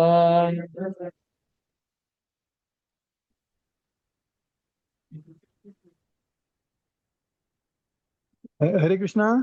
हा. सर्व प्राणी मात्रे अन्नधान्यावर जगतात. जे पावसापासून उत्पन्न होते, पाऊस यज्ञापासून उत्पन्न होतो आणि यज्ञ विहित कर्मापासून होतो. धन्यवाद गुरुजी. फार सुंदर श्लोक आहे हे, की यज्ञात भोवती भूतानि अन्नात भोवती. तर अन्नामुळे जीवजंतू जगतात, संपूर्ण प्राणी मनुष्य पण जगतात. आणि अन्न कसं प्राप्त होतं, पाऊस पडल्यामुळे. आणि पाऊस कसा होतो, यज्ञात भवतो पर्जन्य. यज्ञ केल्यामुळे पाऊस पडतो आणि पाऊस पडल्याने अन्न प्राप्त होतं. आणि अशा प्रकारे अन्न खातो आपण आणि अशा प्रकारे यज्ञ करतो आपण. अशा प्रकारे हे संपूर्ण संपूर्ण काय आहे, संपूर्ण चक्र आहे. अशा प्रकारे यज्ञ चक्र आहे की अन्नात भूती प्रजा भूतानी, की अन्नामुळे मनुष्य जगतात आणि अन्न पावसामुळे येतो, पाऊस यज्ञामुळे येतो आणि यज्ञ केल्यामुळे पाऊस पडतो आणि अशा प्रकारे व्यक्ती कर्म करतो. मग आता अर्जुन असा विचार करतोय, काय विचार करतोय अर्जुन, की संपूर्ण यज्ञ चक्र आहे. की कोणी म्हणाल की नाही आपोआप पाऊस पडतो, पाऊस पडत नाही, कुठेतरी यज्ञ होतोय, चांगले भक्त लोक यज्ञ करतात म्हणून पाऊस पडतोय. आर्टिफिशियल कधी तुम्ही पाऊस पाडू शकत नाही. जसं अमेरिकेने प्रयत्न केला होता, ढग आणून पाऊस पाडायचा, पण ते असफल झाले. मग भारतातील लोक त्या प्रयत्न करत होते, पण ते पण असफल झाले. संपूर्ण दैवी प्रकृती येते, कुणी तंत्रज्ञानाद्वारे किंवा पाऊस पडू शकत नाही अशा प्रकारे. तर म्हणून यज्ञ केल्यानेच पाऊस पडतो. पावसाने काय होतं, अन्न येतं, अन्नामुळे जीव प्राणी जगतात आणि ते जगून काय करतात, ते भगवंतासाठी ते कर्म करतात. अशा प्रकारे हे संपूर्ण चक्र आहे. तर अर्जुन असा विचार करतोय, काय विचार करतोय, की मी जंगलात जाऊन राहीन, जंगलात खाण्यासाठी फळे आहेत, पण फळे पावसामुळे होतात आणि पावसासाठी यज्ञ करणे गरजेचं आहे. अर्जुन म्हणतोय मी जंगलात जाईन, जंगलात राहीन, जंगलात फळे आहेत, सर्व आहेत, पण त्याला माहित नाही की जंगलात जी फळे येतात ती पावसामुळे होतात आणि पावसासाठी यज्ञ करावे गरजेचं आहे. यज्ञ म्हणजे भगवंताच्या आदेशाचं पालन करणे आवश्यक आहे. मग त्यासाठी पावसासाठी पाऊस पाहिजे असेल तर यज्ञ केलं पाहिजे. दुसऱ्या कुठल्याही कार्याने पाऊस पडणार नाही. ज्या ज्या ठिकाणी पाऊस पडतो त्या ठिकाणी यज्ञ होत आहे. तर कोणी म्हणेल की मग अरे जे पाण्यातले जे मासे आहेत ते काही यज्ञ करतात का? किती पाण्यामध्ये राहतात नेहमी. उदाहरण दिलं जातं, कधी कधी गव्हर्नमेंटची शाळा असते, गरीब पण विद्यार्थी येतात, श्रीमंत पण विद्यार्थी येतात. तर त्या गव्हर्नमेंटच्या शाळेसाठी काही जास्त सुविधा नसतात. तर कोणी एखादा श्रीमंत मुलाचा वडील आहे, पैसा भरपूर आहे, तो काय करतो, चांगल्या प्रकारे टॉयलेट बाथरूम चांगल्या प्रकारे शाळा बांधतो. त्यामुळे दुसऱ्याला पण लाभ मिळतो त्या प्रकारे. तर त्याच प्रकारे एक व्यक्ती यज्ञ करतो, त्याचं फळ दुसऱ्याला प्राप्त होतं. त्याच प्रकारे आता जे मासे जे आहेत, त्याच्यासाठी कोणतरी यज्ञ करते दुसरा, म्हणून ते पाण्यामध्ये काय आनंदपणे राहतात. ते कुठल्या काय कर्म करावं लागत नाही त्यांना. तर त्याच प्रकारे पावसासाठी यज्ञ करणे आवश्यक आहे. तर अर्जुन म्हणतोय की आता मी जंगलात जाईन आणि काय करेन, फक्त फळे खाऊन राहील, पण त्याला माहित नाही फळे पावसाने येतात. आणि पाऊस कशाने पडतो? यज्ञामुळे पडतो. अन्नात भवती भूतानी, सर्व प्राणी मात्र अन्नावर जगतात. तर सर्व प्राणी मात्र कशावर जगतात? अन्नावर जगतात. कोणी नटबोल्ट खाऊन किंवा माती खाऊन दगड खाऊन जगू शकत नाही. आहे की जगतोय कोणी? एवढे नाही. नटबोल्ट जगणार का? नाही. अन्नावर जगतात. कोणी किती जरी संशोधन केलं, किती जरी कंपन्या उघडल्या, किती जरी पाऊस नाही पडला, शेतकऱ्यांनी जर अन्न नाही उगवलं, काय खाणार काय आपण? मुंबईचे वगैरे काय समुद्राचं पाणी तर काही पिऊ शकत नाही, कारण संपूर्ण मुंबईचं गटार त्याच्यामध्ये आहे. पिऊ शकत नाही, काय खाणार? शेतकरी ज्यावेळेस पाऊस पडेल यज्ञ करतील, भक्त लोक पाऊस पडेल, शेतकरी अन्न उगवेल, ते अन्न मग ट्रान्सपोर्ट इकडे येईल, त्याला आपण खाऊ शकतो. पण सर्व प्राणी अन्नावर जगतात. आणि पर्जन्यात अन्न संभवात, पावसामुळे अन्न प्राप्ती होते. पावसामुळेच अन्न प्राप्ती होते. अन्नात भवती पर्जन्य, यज्ञात भवती पर्जन्य. आणि पाऊस कशामुळे पडतो? यज्ञामुळे पडतो. आणि तो कुठला यज्ञ आहे? संकीर्तन यज्ञ आहे. तर 1972 साली हैदराबाद मध्ये दुष्काळ पडला होता. संपूर्ण ठिकाणी दुष्काळ होता 1972ला. मी तर त्यावेळेस 3-4 वर्ष असेल, माताजींना माहित असेल. संपूर्ण दुष्काळ होता, पाऊस पडला नव्हता. तर त्यावेळेस सर्व लोक कृपा ज्यावेळेस हैदराबाद होते, तर सर्व लोक आले आणि हैदराबाद कृपाला म्हणले, स्वामीजी तुमची एवढी संस्था फार मोठी आहे आणि तुम्ही काहीतरी करा आमच्या लोकांसाठी, काहीतरी प्रसाद वगैरे डिस्ट्रीब्युट करा, अन्न द्या, हे द्या. जे भक्त लोक विदेशामध्ये आहेत, सर्व बरेच लोक म्हणतात की इस्कॉनचा पैसा घेऊन अमेरिका जातो म्हणतात. तर चुकीचा म्हणतात. पण ते त्या ठिकाणी म्हणतात की नाही, तुमचे अमेरिकेत लोक एवढे श्रीमंत आहेत, काहीतरी करा म्हणत. प्रमाणे एकदा तुम्ही देऊन तुम्हाला काय फरक पडणार आहे? तुम्ही संकीर्तन यज्ञ करा. तर संपूर्ण हैदराबादच्या लोकांनी संकीर्तन यज्ञ केला. संपूर्ण कीर्तन, ढोल, ताले, मजांग संपूर्ण. आणि त्या हैदराबादने भरपूर पाऊस पडला. अशा प्रकारे 1972ची घटना आहे. आणि कृपात पण तात्पर्य प्रवचनामध्ये बोलतात अच्युतानंद स्वामींना की अशा प्रकारे हैदराबादमध्ये पाऊस पडला त्यावेळेस. त्यावेळेस ते लोक म्हणाले की हरे कृष्ण संकीर्तनावेळी पाऊस आला ठिकाणी. ते लोक आनंद झाले. आणि त्याच प्रकारचे फिजीमध्ये तमाल कृष्ण महाराज होते. ते आता नाही, त्यांनी शरीर सोडलं. तर त्याने पण त्या ठिकाणी त्यांना चॅलेंज केलं कोणतरी, की कसं काय ते म्हणतात यज्ञ केल्यामुळे पाऊस पडतो. तर तेव्हा कृष्ण महाराज म्हणले की जर यज्ञ केल्याने जर नावच पाऊस पडला, तरी मी संपूर्ण जे एक माझं संन्यास आहे संपूर्ण त्यागून टाकेन, भक्तीतून वैरागी येईन. अशा प्रकारे लगेच दुसऱ्या दिवशी पाऊस पडला, लगेच सुरू झाला पाऊस. अशा प्रकारे संकीर्तनाची महिमा आहे अशा प्रकारे. म्हणून पाऊस आहे तो यज्ञामुळे होतो. यज्ञामुळे पाऊस पडतो, म्हणून त्यासाठी संकीर्तन यज्ञ. आणि यज्ञ कर्म समन्वय. यज्ञ कशामुळे आहे? कर्माद्वारे. हे यज्ञ नियत कर्म केल्याने संपन्न होतो. नियत कर्म कुठला आहे? ब्राह्मण, क्षत्रिय, वैश्य, शूद्र. ब्राह्मण, क्षत्रिय, वैश्य, शूद्र, ब्रह्मचारी, गरजवान. प्रत्येकाचं कर्तव्य आहे नियत कर्म. प्रत्येकाने आपापलं कर्तव्य केल्याने तो संपन्न होईल. क्षत्रियाचं कर्तव्य केलं पाहिजे, युद्ध केलं पाहिजे. वैश्याने व्यवसाय केला पाहिजे. शूद्रांनी सर्वांची सेवा केली पाहिजे. आणि ब्राह्मणांनी याजन, पठण पाठन, दान, प्रतिक्रमण यांनी दुसऱ्याला ज्ञान दिलं पाहिजे. तर हे त्यांनी प्रत्येकाचं कर्म हे केल्याने यज्ञ संपन्न होतो. देवता काय आहे? देवता भगवंताने नियुक्त केलेले अधिकारी आहेत. भगवंताने नियुक्त केलेले अधिकारी आहेत, त्यांना पण आपण आदर दिला पाहिजे. त्याचं आपण कधी हे करत नाही. पहिले आपण चर्चा करत होतो की देवतांना पण आदर दिले पाहिजे आपण. म्हणून कृष्ण भक्ती केल्याने त्यांची सुद्धा पूजा होते. कृष्ण भक्ती केल्यानंतर कुठल्या देवताला तुम्ही हे करत नाहीये, अपमान करत नाहीये. त्यांची पण पूजा होते कृष्ण भक्ती केल्याने. जसं झाडाच्या मुळाला पाणी घातल्याने झाड संतुष्ट होतं, पोटाला अन्न पुरवल्याने संपूर्ण शरीराचे अवयव संतुष्ट होतात. आणि देवी देवता काय आहेत? शरीराच्या अवयवाप्रमाणे आहेत. अशा प्रकारे शरीराचे आध्यात्मिक पोषण प्रसाद ग्रहणाने होते. संचित पाप नाश होतात आणि शरीर पापाचा प्रतिकार करण्यास समर्थ होते. प्रसाद ग्रहणाची शक्ती आहे. प्रसाद ग्रहणाची काय आहे शक्ती आहे. तर प्रभुपाद या ठिकाणी भक्तवेद ते म्हणतात की एका प्रकारची कुठल्या प्रकारची बिमारी झाल्यानंतर लस दिली जाते, लस वगैरे असते ना, वॅक्सिन दिली जाते. तर वॅक्सिन दिल्यानंतर तो सर्व बिमारी नाश होऊ शकते. त्याच प्रकारे प्रसाद आहे वॅक्सिन प्रमाणे काम करतो. तरी बुद्धी समजत नाही, श्रवण केलं नाही किंवा दर्शन झालं नाही, काहीच त्याला हे नाही, तर प्रसाद खाल्याने पण संपूर्ण पापाचा प्रतिकार करण्यास समर्थ होतो. तो अशा प्रकारे जसं अन्न तसे मन होऊ शकते. म्हणून प्रसादाची फार शक्ती आहे.